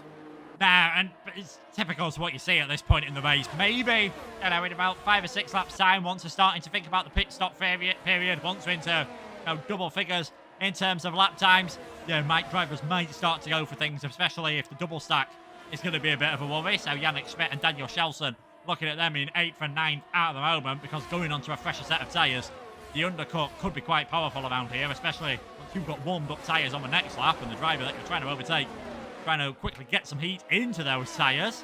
It'll be very interesting indeed going through that first sector. But apart from the Capua, and no offence to him, I've seen him pick up quite a few invalidations and penalties this year, so not too surprising that he's the first driver to get that 3-second side penalty. Everyone keeping it very respectful and clean. We're at that sort of stage of league racing now where everything's just calms down. Leroy Brown getting a penalty. No one really going for the moves. They're all in this DRS train. They all know there is a long way to go, and there's no point making a silly mistake now, breaking your front wing. You're getting yourself out of this train, because if you do that, barring a safety car, your chances of getting any points whatsoever are over, as we're getting a beautiful helicopter shot of the Corniche here in Jeddah. Nico Longate still leading from Danny Bereshte, and Danny's still not looking too interested in taking the lead of this one. Nope, seems like he just wants to sit in behind. Jake Benham gets close to the back of Thomas Ronhaar, headed down in towards first braking zone, but he actually does lift off even before the braking zone hits. But Jake Benham, he doesn't want to go for the move at this point. And I think this race is the perfect balance of suspense here. Everyone keeping it very close, getting close for the overtakes, but they're just not going for it for the time being. It really is just a question of when they apply the burners and go for the battling. And I think at that point, floodgates will open. Everyone's going to start jostling for position, as now Thomas Ronhaar looks closer than ever to the back of Danny Berejnay towards turn number 13. He's on the battery ever so slightly in towards off the exit of turn number 12. However, Berejnay keeping it just at an arm's length to defend from Ronhaar, and he's sticking within that DRS of Nicolas Longate. Of course, former Alfa Romeo teammates. Now that Nicolas Longate, though, he's moved on in towards Ferrari. They're fighting as adversaries this evening. And as they head on towards the DRS straight, once again, Thomas Ronhaar, I think he certainly has the potential to go for this move, but he just doesn't want to at this point. Going for the overtakes very early on in the race, as you said, Luke, could make for some silly mistakes. However, he's on the battery now, on the back of Danny Berejnay, headed down in towards turn number 27. He applied the battery, but Danny Berejnay responds by just going with his own. And now all of a sudden, off the exit of turn number 27, all three of these guys at the front of the order, very close indeed, is now headed down in towards turn number 1. Will Berejnay go for the move, or will he defend from Thomas Ronhaar? Or will nothing happen at all? Well, we'll have to wait and see. I think it is going to be the latter there. It seemed like just for a moment there, they were going to start to see some exciting racing. But no, they just decide to back off, settle back into that rhythm. But maybe a glimpse of what we're yet to see in the future. Yeah, and I think, no ERS used there by Berejnay coming down towards turn number 1 showed that there was no interest in the overtaking. And I think Ronhaar knows if he's going to go for a move now, it's going to have to be a bit of a risky move. If that happens and you start getting yourself dug into a bit of a battle, I've seen it happen in WOR at different circuits. I've seen it happen in other leagues at other circuits as well.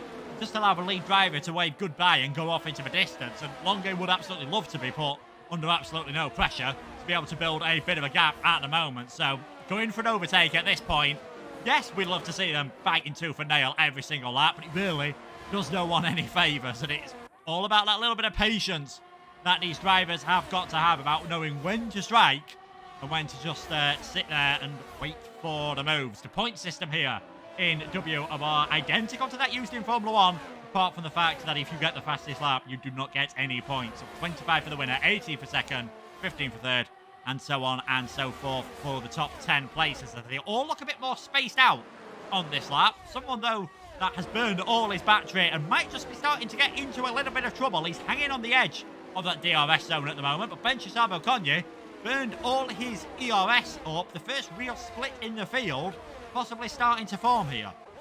Yeah, Yannick Schmidt, he's got a lot more battery. He's got 50% in the back of that Williams, and he's all over the rear of that Alpine, headed in towards the first sector. We could see an overtake, possibly down in towards turn number 13. Of course, not a DRS zone anymore, so it might be a little bit more tricky for the Williams to do so, but he is hanging onto the rear of Zabroconi, despite how difficult it is to follow in this first sector.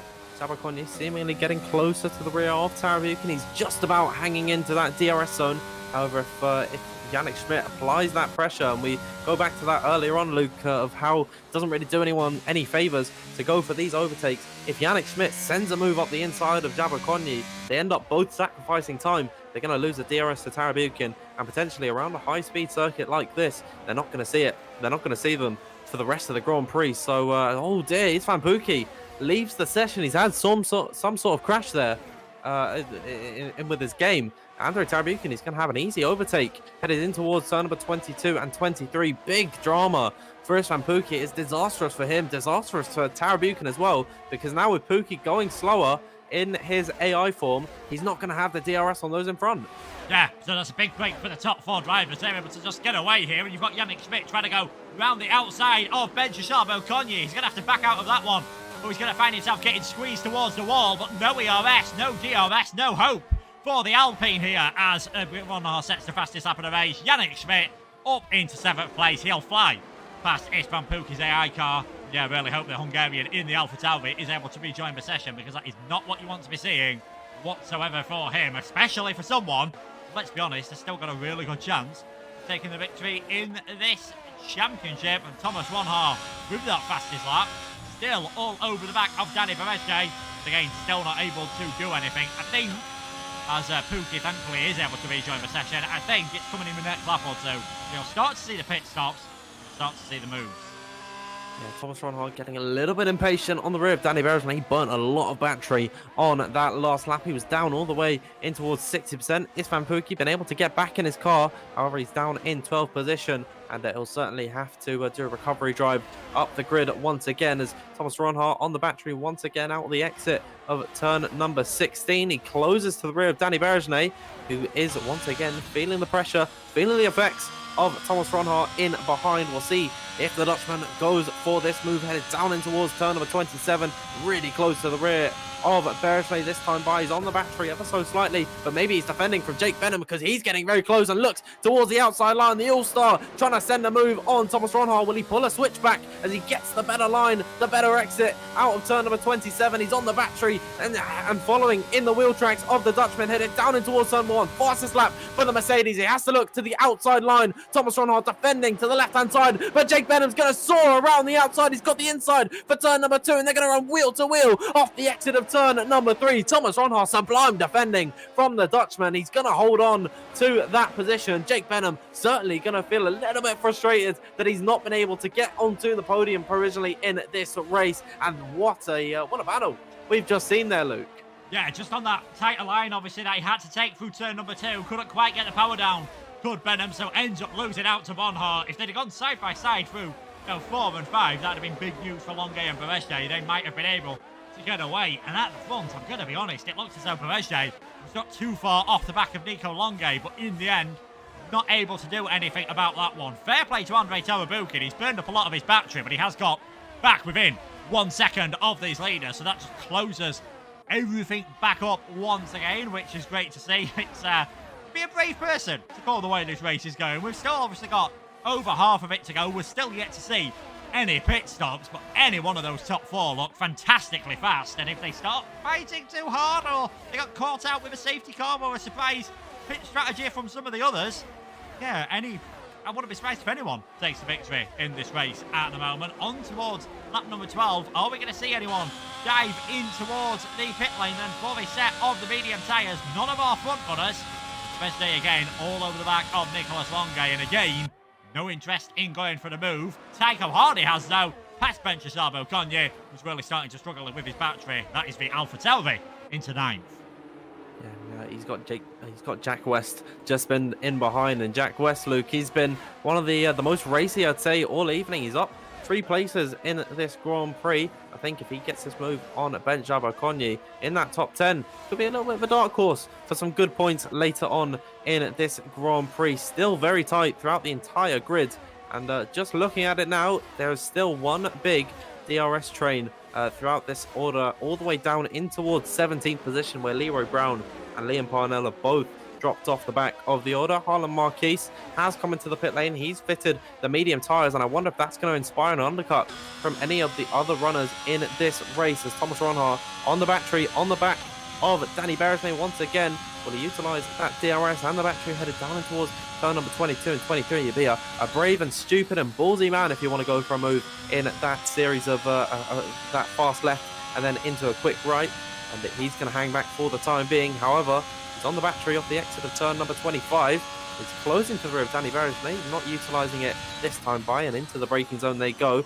He'll hang back for another lap. Jack West, as previously mentioned, he goes for the move on on Ben Shabakoni. He's up into the top 10 and now in a points-paying position. See one of the runners come into the box. It's Andrei Tarabukin, followed in by Yannick Schmidt. Legend Rosenberg gets a 5-second time penalty for speeding in the pit lane, undoing what's been a fantastic job from him this evening. Psycho Hardy's also come into the box, as has Ben Shabakoni. So now, Luke, we are beginning to see the pit stops come out. Yeah, Tarabukin, he might be one to watch. I don't think he'll be able to pull off the undercut on one lap, but he'll have a lot warmer tyres than Benham, Ronhard, Bareshde and Longe when they come out the pit. So who knows? Could be one to watch in that first sector as he starts to squirm his way around. 19.6 seconds behind. It is quite a short pit stop loss here, of course. Only around 18 seconds, and we'll see what Tarabukin can do. He's been close to a podium once already this season. I think 4th place was his best result at Belgium after penalties and everything got sorted out. Wait and see what he is able to do here. See if any of the leaders are starting to use their batteries, because that is normally a sure sign that we've got drivers heading in towards the pit lane. But at the moment, they're still obviously very high on their hybrid system, that energy store that they have. Not using a lot of battery at the moment.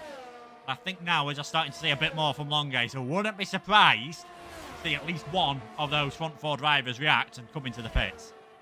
Well, we'll see what happens here as Danny Berezne gets close in towards turn number 27. I think the pair of them are going to come into the box. We'll see what happens as they hit the DRS straight once again. Will Longe come into the pit lane? No, he won't. He'll stay out for another run. In fact, the top 4 entirely stays out on a circuit. Daniel Shelson, Jack West, both coming into the pit lane. Isvan Pukki and Alessio De Capua going to be staying out here, as does Jan Haladej and Valentin Brufer. So once again, a few drivers doing this split strategy, and that's another penalty for speeding in the pit lane. Seems like a lot of guys getting caught out with the pit entry line. I wonder if that's going to happen to any of the leaders. And in fact, Sam McBride retires in the pit lane. He is our first man out of this race in the Aston Martin. Really unfortunate to see that Sam McBride making his return to WOR hasn't quite gone according to plan. But at the front of the order, we're past the halfway point in this Grand Prix. Nicolas Longe led every lap so far in this race, has had relatively not much competition. Aside from that last lap, Danny Berezne has been quite happy to sit in behind the wheel tracks of the Ferrari. Thomas Ronhard maybe not so pleased that he's not gone for the overtakes. We'll see what happens as they hit the DRS straight once again. Will we see any battles? Yeah, well, we'll wait and see here. I'm just looking at the times here. Tarabukin, he's going to be right in and about this battle once they all come into the pits. Even if they all come in this lap, I think Tarabukin would have a, 50-50 shot of being in the lead of this race. He's certainly going to be in and around where his teammate is. As again, Bareshde moving in and around the braking zone, just trying to force Longe off his line. Are we going to see any of them come into the pits this time around? And yeah, Jake Benham has decided enough is enough. Oh, and he's got a 5. Oh, he's got a 5-second penalty for speeding in the pit lane. And it seems to be when they're cutting that chicane, that they're cutting it a bit too much. The game's giving them a 5-second penalty, so they might be able to get that one removed. We'll have to I'm going to have a quick look at what the track notes say regarding that, but it certainly slowed him down quite dramatically, and he's going to come out a long way behind Tarabukin and Schmidt. Oh dear, I mean, that has completely flipped this race on its head for Jake Benham. The undercut could have worked in his favour, and I think that has triggered all of the other guys to now get on their battery. Nicolas Longe has got 2/3 of it left in that Ferrari, and Berezne using it as well. As we got confirmation that it should be removed as long as he keeps the wheel within the white line, so he'll hopefully send that in for a clip, and that the stewards will review that. I wonder if the same thing has happened to Legend Rosenberg. We'll have to wait and see. But yeah, as you mentioned, Andrei Tarab, all of a sudden seems like Tarabukin will be actually leading this race. We'll have to wait and see as Nicolas Longe deploying all the battery possible, pulling a gap to Danny Berezne. That is a telltale sign he is coming into the pit lane at the end of this lap. Berezne and Ronhard be stupid not to follow him in here. And despite Andrei Tarabukin and Yannick Schmidt, Daniel Shelson having the track position, they'll 2 to 3 laps older tyres than the leaders, as now all 3 of them coming into the box. I tell a lie, Thomas Ronhard staying out for one more run. Yeah, and Longe and Bareshde were a lot more careful on the way into the pit lane than Benham, and I think, yes, Benham's going to get that 5-second penalty removed, I think, but also it cost him so much time. He'd have been ahead of, well, he'd have been comfortably ahead of Shelson. Yes, he's made the move on him, but I think he'd have been well ahead of him if it wasn't for that. We'll see where Tarabukin is going to be in and around all these drivers that have come into the pitch. Jack West sets the fastest lap of the race. Tarabukin is going to be pretty close to his teammate here. He's got himself just ahead of his teammate. So Longe stays in what is going to be the net lead of this race. Andre Tarabukin now possibly, well probably you've got to say, in a net second place. And on these older tyres, this is going to be an opportunity for Longe to just possibly speed away and possibly take his second victory in a row. Yeah, Yannick Schmidt is all over the back of Danny Bergesnay, and all of a sudden Jake Benham is going to stick his nose in here up the inside and towards turn number 13. Benham with 1 lap for older tyres, despite having them warmed up, he is close to the rear of Danny Bergesnay. Can he make a move possibly in towards turn number 16 and 17? We'll have to wait and see, but at the braking zone they go. It seems like Benham has just got so much more grip, but once those tyres can't temperature for Danny Bergesnay, they'll be around about even. Here he is now on the battery, opening up the DRS. Jake Benham all over the rear of Bergesnay. He's been looking to try and make moves in this race, but all of a sudden Andre Tarabukin having some sort of issue there. I think that might have been a lag actually on my side of things, but Jake Benham's lost so much time. Danny Bergesnay is going to soar right through. No, yeah, he will. I'm getting mixed up between the two Alfa Romeos. Bergesnay up ahead of his teammate as Thomas Ronhaar comes into the box. Where will he emerge? He'll certainly be behind Longe, but where in the traffic will he come out? We'll have to wait and see as they approach turn number 1 to begin lap number 17. Thomas Ronhaar exiting the pit lane. Longe, Tarabukin, Bergesnay all going to be ahead of him. We'll see if he's ahead of Jake Benham, just about behind the Mercedes car. They'll have to get those tyres up to temperature as soon as possible. Yeah. Oh, Benham's tapped the wall. Benham taps the wall. Coming through turn number 4 there. Just about gets away with it, but that's a couple of mistakes in the space of half a lap there from Jake Benham. So he's not enjoying things at all. At the moment, he has got that 5-second penalty, which I think the reason why he's the only one that's got it, he may have cut the chicane a bit more than the others. Didn't quite see at full speed whether he managed to keep all 4 wheels, well, whether he managed to keep at least 1 wheel on the right side of the white line. If he didn't do that, he's not going to get that penalty removed, and it is going to be very costly indeed. But yeah, Benham playing with fire at the moment in that Mercedes. He's on for, assuming he gets that penalty removed, he's on for 4th place at the moment. Things aren't too disastrous. You can see already Tarabukin starting to struggle to stay with Longe and Bergesnay almost pushing Longe through turns number 22 and 23. I think the fun and games with the DRS could be starting shortly. Longe does not want to be in the lead of this race, and Danny Bergesnay doesn't want it either. So he's backing off on the rear of the Ferrari. He wants to stay in the wheel tracks because you save tyre life by doing that, by following another driver in their slipstream. Nicolas Longe being forced into taking the lead of this race. Danny Bergesnay wants to stay in P2 as Jake Benham on the back of Andre Tarabukin. He looks to the inside line. He'll have the outside for turn 2, but that doesn't even matter because he is ahead at the exit of turn number 1. He's on to the podium for the time being. Thomas Ronhaar has lost out a lot in the 4-lap fresher tyres though than Andre Tarabukin, so he should be easily able to get on the rear of the Alfa Romeo. It's crucial that he makes this move as soon as possible because Tarabukin would act as a roadblock to the Haas, and he knows that, so he's going to go for it potentially in towards turn number 13. Bit of an unorthodox place to overtake. It's a high-speed left-hander. Thomas Ronhaar down the inside of Tarabukin, who holds that outside line, and he is going to have the worst exit. More grip for Thomas Ronhaar on those fresher tyres, and he is ahead of Tarabukin, 5/10 off the rear of Jake Benham. We'll see what he can do as a lap number 18. Yeah, short-term gain there for Andre Tarabukin. I think long-term pain. He's now going to start to drop back, I think. No one behind him. He's got massively fresher tyres. Istvan Puki's got a bit longer than some of those drivers around him. Trying to recover, of course, from that fortunate disconnect earlier on. He's provisionally going to get points for 9th place. That is assuming that Rosenberg's and Benham's penalties do not get removed. We'll have to, of course, wait and see because didn't see what happened to Rosenberg.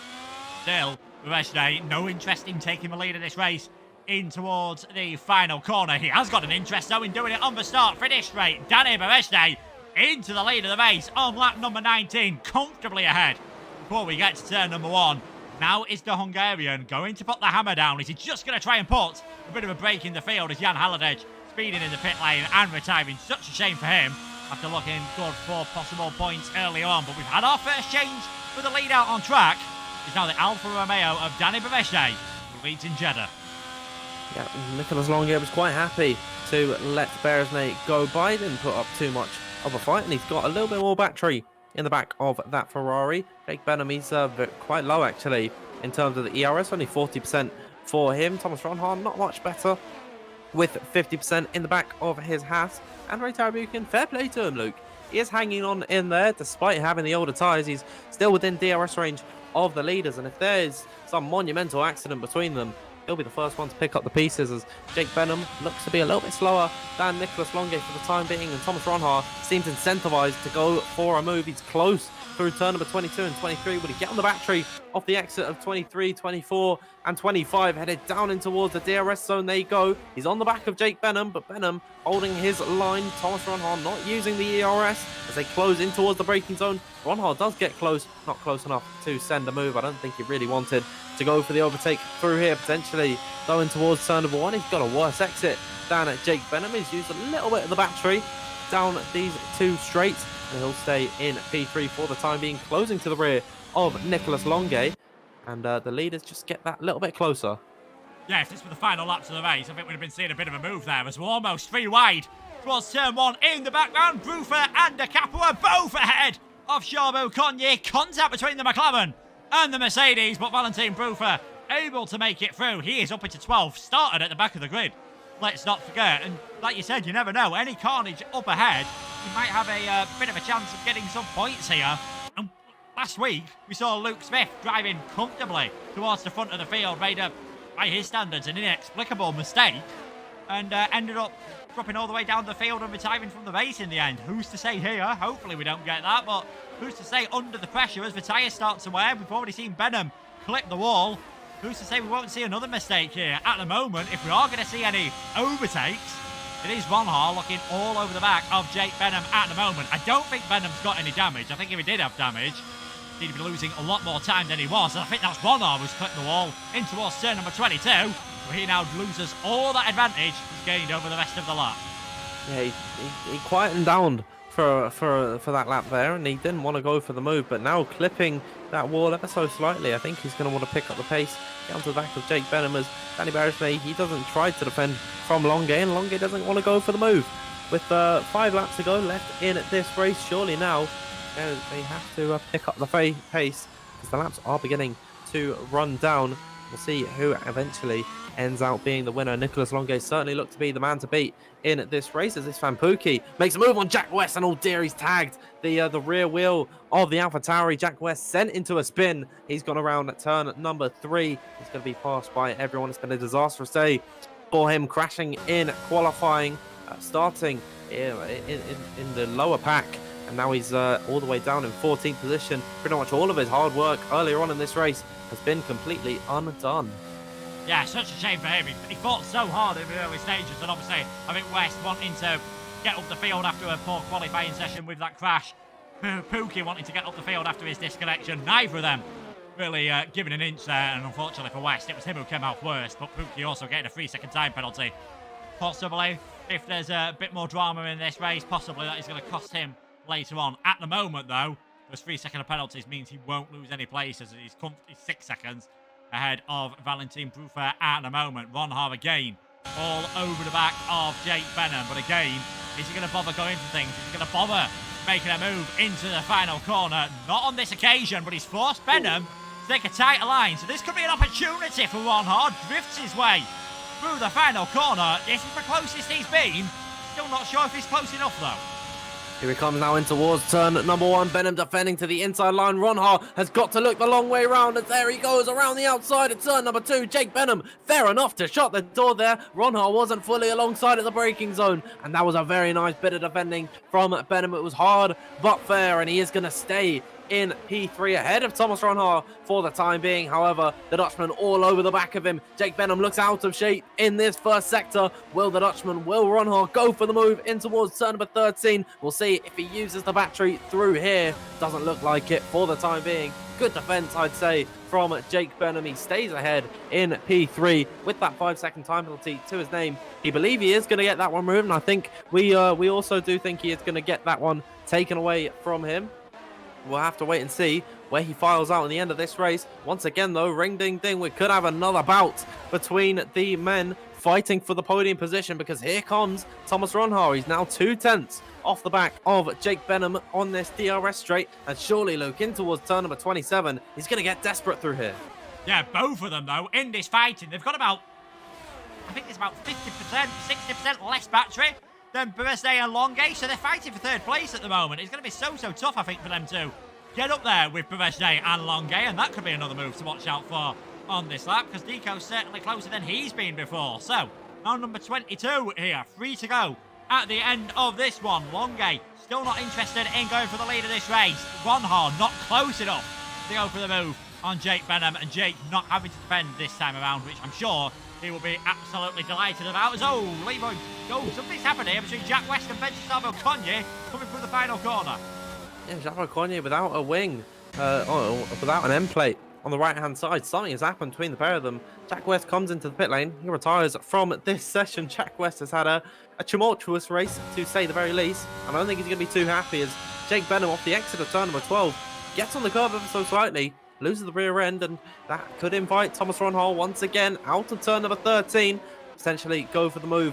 But however, he backs off. Jake Benham gets the power down earlier, and he is going to stay ahead for the time being. I feel like I'm saying that phrase quite a lot, but there isn't much time remaining. We're about 2.5 laps off the end of this Grand Prix. Danny Beresde still leading the way in this one from Nicolas Longuet, and they're pretty much even on the battery. It's just a matter of when and where Nico decides to go for this overtaken through turn number 22 and 23. Lukey is looking very close on the back of that Alfa Romeo. Gets on the battery ever so slightly out of turn number 24 and 25, and now in towards the final braking zone. Beresde defends to the inside. Nico looking the long way around. Can he get a better line off the exit of this corner, opening up the DRS, and he gets on the battery. This could be the move for the lead of the race, headed on towards lap number 24, the penultimate lap of this Grand Prix. Nicolas Longuet has to look to the outside line of the Alfa Romeo into the braking zone. There you go. Danny Beresde staying ahead. Switchback potential for Nicolas Longuet. He's run out of road though, almost into the wall. He's going to have to try and go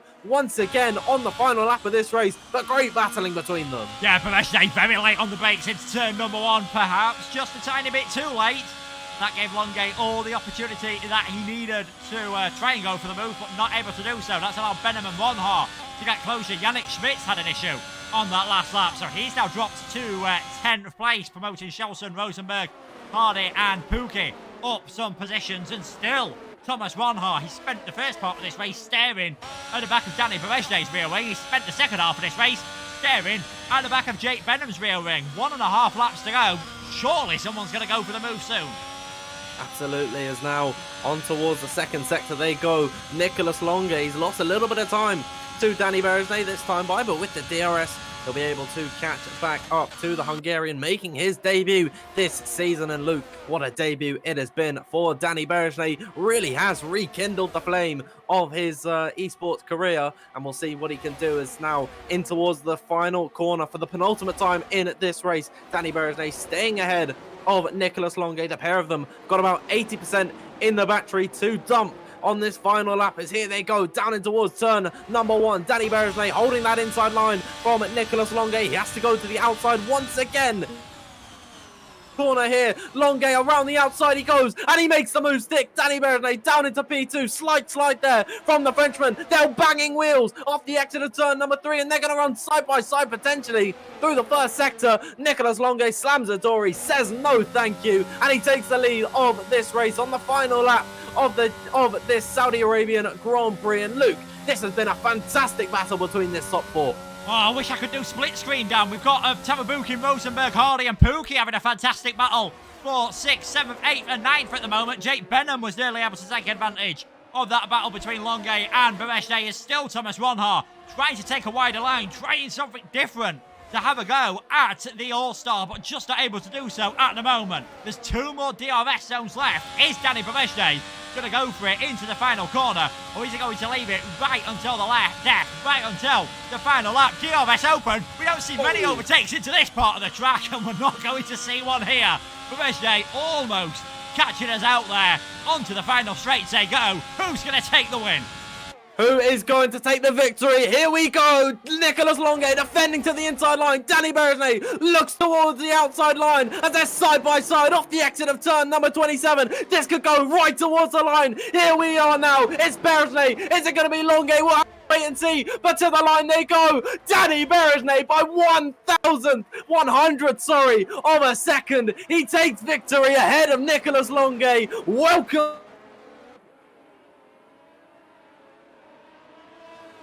What a race that was. Danny Berger just about holding it towards the line. Longe had the DRS towards the end. I mean, we've seen it happen a couple of times, obviously, in real life. Bottas and Ocon in 2021 here, not able to quite do it on this occasion. Longe in second place, but Danny Berger on debut takes the victory. Wanhar third.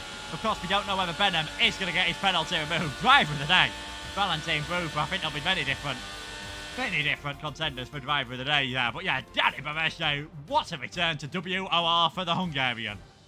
Oh my word, my heart rate is going through the roof, and I don't think my flatmates are going to be too happy about me. I mean, wow, what an end. 13 thousandths of a second ahead of his former teammate. Incredible from Danny Berger to take victory in Saudi Arabia. He's going to celebrate atop the podium. Nicholas Longe, a valiant effort from him. He led most of the race. But Danny Berger, he just timed the opportunity. He timed it perfectly to go for the lead. And Longe was closing. If that was about maybe 10, 20 meters from, further along the circuit, we could have had a different result here. But incredible stuff between the pair of them. I think they're going to be quite pleased with how this race has ended out. I think Jake Benham on circuit did finish in P3, but of course with that 5-second time penalty, that allows Thomas Ronhaar to get onto the podium. Definitely the stewards are going to have a look at Benham's penalty there. But Luke, what an end to this race. Oh, just breathless, Dan. I mean, I thought for a second Berger was going to go to it, we saw him into turn number 22, got alongside Longe, and then I think realised, doing it now might not be the wisest idea. He takes the win though, provisionally. Longe second, Ronhaar, as we said, provisionally in third place, depending on Benham's penalty. Fourth for Daniel Schausson, fifth for Jake Benham. Tawabukin, Hardy, Schmidt, Pookie, Rosenberg rounding out the points on his debut. Ruford, Acapra, Brown, Parnell, Charbot, Cognier, Marquis, the rest of the finishers. We saw West and Van Urban disconnect from the session, and Halliday, and I'm not quite sure who the final driver was there. I think it was Sam McBride, the final driver, diving from. Like you said, was an absolutely crazy race, and in the end, Danny Berger just holding on to take the victory. I think that was vintage Berger there. I mean, we've not seen that from him since 2018, 2019. That was incredible stuff from the Hungarian. I'd love to hear from him in the interview room. Hopefully, we can get all three of the podium finishers in the commentary box. But yeah, incredible stuff. I think I saw someone in the live chat saying he's rolling back the years. That couldn't be more true. He's really found his form again. I mean, he's been incredibly competitive in other leagues, and coming back on debut here in WOR this season. Danny Berger, he's doing a fantastic job. Yeah, he is. I think it's fair to say F1 2021 especially certainly just wasn't his game for whatever reason. Things just didn't work out for him on that one. But yeah, seems to have been obviously a complete new man all of a sudden. And yeah, we've seen it do it here. He's done it in a couple of other leagues as well. Now he's got a bit more free time. He's decided to come back to WOR and comes back with a victory, which, well, I've not got the tables up at the moment, but that might, after only one race, put him right up towards the top 10 of the championship. Not bad whatsoever for one race only. We'll have to wait and see what can happen. I mean, Longe again, that's 4 out of the 5 races he's done so far this season. He's been first or second, and the ones that he's been second in, he's not been far off taking the victory. Either Ronhaar with a podium, but if it's not, Jake Benham, again, just managing to get a podium. I wonder how much he's ruining that pit lane entry, because even if he gets the penalty removed, it cost him half a second to a second because the game slowed him down quite severely. If it wasn't for that, he'd have been further up the train. Might have even had a freeway battle for the win. Yeah, absolutely. I mean, what that could have been 3 wide to the line. That would have been incredible. Of course, last time we were here, there was another photo finish back in season 13. And that was for P2 on track. Of course, that ended up being Jan Ottman taking the win after an Ismail Fassi penalty. But now we've had it on circuit for the win.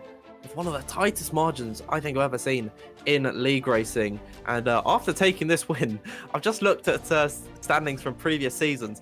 Danny Berger's on a win streak at the minute in WOR. That's 2 wins in a row for Danny Berger in the races that he has competed in. The last time we saw Berger race in WOR, season 12, round 1, around the Belgian Grand Prix. He took victory, disappeared for the entire season, didn't come back for season 13. He's back towards the end of season 14, and he's taken another win. I don't think that's just a win streak then. That's a 100% record, if I'm not mistaken. I don't think he raced in season 11 at all. So No, he I'm didn't. sure we'll be able to correct me if I'm wrong. But yeah, that might be 2 out of 2 for Danny Berger, which is Fair play. not a bad record to have whatsoever. I'm just trying to pull up the season 11 standings as quickly as I can. Seems like an absolute age ago, but yeah, I can't see Danny Berger's name on there whatsoever. So 100% record. Probably, you know, given how late on in the season it is, it's probably too late for a championship battle, but he's going to get himself involved in that, and he's going to be a bit of an annoyance for the rest of the drivers. Absolutely, and just confirmation from the WOR YouTube, I think that'd be Luke Humperdinck on that account there. It is a 100% record for Danny Berger. Will he keep that up headed into the next race? Of course, we're not having a Grand Prix next week for the real life Saudi Arabian Grand Prix, if I'm not mistaken. So yeah, we'll see. Hopefully, Danny Berger keep it going, but we do have the interviews beginning here. Luke, we've brought Thomas Ronhaar in. There it is, Thomas Ronhaar in the interview room, and Dan, I'll let you take this one. So Thomas, first off, well done on the podium provisionally for this one. Of course, Jake Benham might get that penalty removed, but how are you feeling after that one? Yeah, first of all, GG to Danny and Nico and Jake for the podium, probably, because I'll probably end up P4 because Jake got a glitch in the pit lane where you go over a line and you get a random pen. So yeah, probably going to be P4, but yeah, overall the race, I just got stuck behind Jake and all the other guys. No straight line speed the whole race, made me have to struggle on the straights to even have a chance to overtake. I tried it a few times just to put them off guard, but when they used the air race, it was pretty much a no-go to overtake. But yeah, apart from that, just tried my best on my new pedals on Lotto for the first time. Bit inconsistent still, but yeah, hopefully in the coming few weeks I'll get used to it more. Yeah, absolutely. I was just going to ask about the pedals. Of course, you're now using the load cell brakes, and certainly that would take a lot of getting used to. But do you think by Abu Dhabi in 2 weeks' time, do you think you'll be up to speed? Oh yeah, for sure. I think I'm already up to speed. I just need to get the consistency right with you know, getting it right every single corner. Yeah, we'll have to wait and see how that goes. Yeah, absolutely. And of course, about that Abu Dhabi circuit, how are you feeling around there? Do you think you can fight for the win? Yes, definitely. Obviously, F1 Esports went quite well there, getting P2, so that already helped quite a bit, having some pre-breakdown. And yeah, like I said, just gonna enjoy and do my best, and we'll see how it goes. Yeah, and of course, the championship fight went all the way to Abu Dhabi last season. It's not the final round of the season 14 season, but yeah, really hoping the best for you. Thank you. So that was Thomas Ronhaar, everyone, the man who provisionally for the time being has finished P3, pending, of course, any stewards' inquiries. But Luke, we've got Nicholas Longay, the man who finished P2 in this one. I'll let you take an interview with him. Wow, congratulations, Nico, P2. Very good result for yourself. So close to taking that victory. Do you think there's anything different you could have done there? Well, first of all, good evening, everyone. Yeah, that was probably the closest league race I've ever the closest league race finish I've ever been part of. And honestly, I couldn't be happier that it was against Danny Berger. I love this guy. We spent the last year together. We trained many days non-stop, so I know him, and I'm sure he was buzzing after he got that win. It was like 13 milliseconds, I think it was. My plan actually was to stay ahead to the entirety of the stint, but I had to let him go because I actually had some fuel management issues that I had to take care of. So I decided to slot him behind, save some fuel, and then try again for the overtake. But I knew that overtaking in this track, even though having all these DRS zones is pretty hard, especially with Danny's straight line speed, as we all saw, was extremely low downforce setup. So honestly, yeah, I'm buzzing. The race was super fun, super intense, and couldn't be happier. Yeah. Yeah, obviously, fantastic result for yourself. Jake got the penalty, but it would be P2 for you, no matter what. 5 races so far this season. Apart from Portugal, you've been P1 and P2 in every single one of them. You really seem to be enjoying your league racing at the moment. Yeah, I don't know. Lately, I've gotten into some kind of like zone. I wish I had the zone during the F1 Esports preparation, because I don't know. I'm just kind of not enjoying like the game in itself. I mean, I'm just enjoying like seeing my improvement, and just like, I don't know. There's something about something about this period of time that I'm just enjoying improving myself and pushing myself to just be better, and also already thinking ahead for the next season, because it's time that we start getting better results in F1 Esports. So I don't know, I'm just in a very motivated moment of the year, I guess. Yeah, I can definitely see why. Driving fantastically at the moment. 5 races to go. You're still right there in a championship hunt. Abu Dhabi after the break week. Is that another circuit that you can do well at? I mean, for esports, I mean, my pace was all right. I think it was pretty up there with the top guys, and I think it's not my best track. I know it's probably Thomas's best track, so that's gonna be maybe a little bit of damage limitation to relatively to him. But I obviously try my best, and as we saw today, it looks like straight line speed is king. So I'll make sure that I won't show up unprepared next time. Yeah, I think you'll be stripping that wing off, as will everyone else. Congratulations on the P2, Nico. We'll let you head Thank on. you so much. Thank you so much. Have a nice evening, guys. We've had 3rd place, we've had 2nd place, it's time for 1st place. Danny Bameshte, 2 out of 2 here in WOR. We'll let Dan take you through this. First of all, really well done. Oh, sorry. sorry, I thought sorry. I am then. I mean, our names are pretty damn similar, so fair enough. But yeah, first of all, really well done on this race. And we'll talk about your qualifying first, of course. On your final attempt, you collided with the inside wall at, I believe it was turn number 4. Tell us what happened there. And did you really think you were going to start on the 2nd row of the grid? Yeah, I thought, to be honest, I will start in the 2nd row and not in the 1st row, 2nd place. I was very, very happy with my banker, but yeah, the 2nd lap I risked too much, and I choked it. There is no better way of saying it, but I knew that the points come in the race, and I was losing a very low downforce setup, as the others discovered, so I was really, really positive after the qualifying for the race itself. Yeah, and of course, headed into the race, you spent most of it looking at the rear wing of Nicholas Longain. There was plenty of opportunities. You could have gone for the move, but tell us what your strategy was there. Yeah, so he was just faster than me, to be honest. I could have only overtaken him if I sacrificed a bit of my energy, which I didn't really want. Especially in the first stint, I could never get closer than 6/10 at the end of the first sector, so that was really scary. And at that time I knew that I have to have track position for the majority of the last laps. So in the 2nd stint I was more aggressive, even using some ERS when I maybe wouldn't have done if I was behind. And yeah, he still managed to overtake me from the outside. A beautiful move into turn 1 and 2.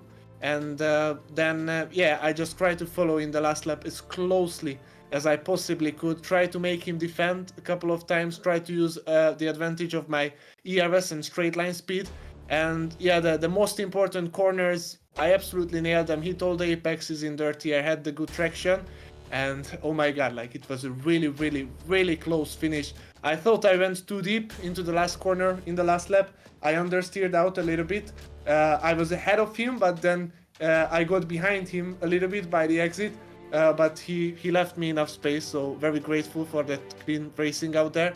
And I could find some more traction on the ideal line, but he was behind at the DRS sensing point, so he could open the drag reduction system up, and I couldn't, but I had a lower downforce setup and I had plenty of ERS still. So he was closing on closing and closing and closing in, but I mean, my stream image shows that the 13 milliseconds is about 20 centimeters in terms of physical distance that we had between us crossing the line. I saved the replay photo. Incredible. Incredibly close that race was towards the end. And with that, you actually become, with that, you've taken a 100% record in WOR. Of course, you've only competed 2 times, but in your previous race, all the way back in Season 12, you won that one too, so you have a 100% win record in Yeah, so see you WOR. in next year. No, I plan to come every Sunday now when I will have the time. Lovely. And just one more thing on the line. When you realised that you'd won that race, what went through your head initially? I was shouting. I'm so happy that I moved out. Finally, I live alone. My mom would have absolutely destroyed me on my computer if I was still with her. But yeah, I mean, already the win is a big thing for me because in the last 1-2 years, I wasn't a regular winner in most of the leagues. Regular point scorer now recently, but win means a lot to me, and especially this 30 milliseconds is a crazy stuff. Yeah, I mean, it was a fantastic end, and I really hope that we can hear from you back in the interview room in the future. But really well done on this win, Mr. 100%. We'll let you get away and enjoy that victory. Thank you very much for your stream and interview. See you in the next one. Thank you. Confidence. See you in the next one from Danny Berejny. Really well done to the man from Hungary. 100% win rate in WOR. I wonder if we can see him in a late championship charge. It'll be very difficult from this point onwards, but never say never. Yeah, you never know if, for whatever reason, some of those up towards the top are unable to make it, and if they all start taking points off each other, you never know what could happen. I'm just trying to quickly work things out at the moment. I think it's about 70+ points off, so mathematically, yeah, it's still possible. Realistically, though, he's going to need some bad luck for quite a few other drivers, and I think it says it all. Well, I've checked for standings already. We put Jake Benham down as being in 3rd place, and he has put his penalty in, so I think we can safely say that one is going to be removed. But we've now got 10 points between the top 3 drivers. Alvaro Caraton, despite not being here tonight, he's still within a race victory of taking the championship. It's going to be a fascinating final 5 races. Yeah, absolutely. I'm very excited for Abu Dhabi. Next up, of course, not racing here next week due to the fact the Formula 1 Saudi Arabian Grand Prix is scheduled around about the same time. But yeah, Luke, I don't believe there's anything else we need to touch on. No, it's been a brilliant first part to the season. Really looking forward to seeing what happens next time. We said we might be able to get a bit more of a picture of the championship after this race. Turns out we were completely wrong. Yeah, I said it was going to be the deadlock breaker. I'm completely wrong about that. The championship closer than ever at the moment. And well, it's actually not closer than ever, but it's still very tight with just a few more races to go. Thank you, everyone, for tuning in this evening. I saw we reached about 1,200 viewers at one point. Views were absolutely incredible tonight. Make sure if you haven't already, you like this stream and then hit that big red subscribe button. It's beneath this. It's beneath the picture. You can't miss it at all. Make sure you follow WOR on Twitter at WOR League and join our Discord where you can get all of your World Online Racing updates. The link should be in the description. If you want to follow myself and Luke on Twitter, you can find us at DanField F1_, and you can find Luke at Luke Etheridge 95, and they are just beneath our faces. They are wonderful faces. But yeah, that is all from us this evening. Thank you once again so much for tuning in. We will see you in 2 weeks' time for the Abu Dhabi Grand Prix. Thank you very much and good night.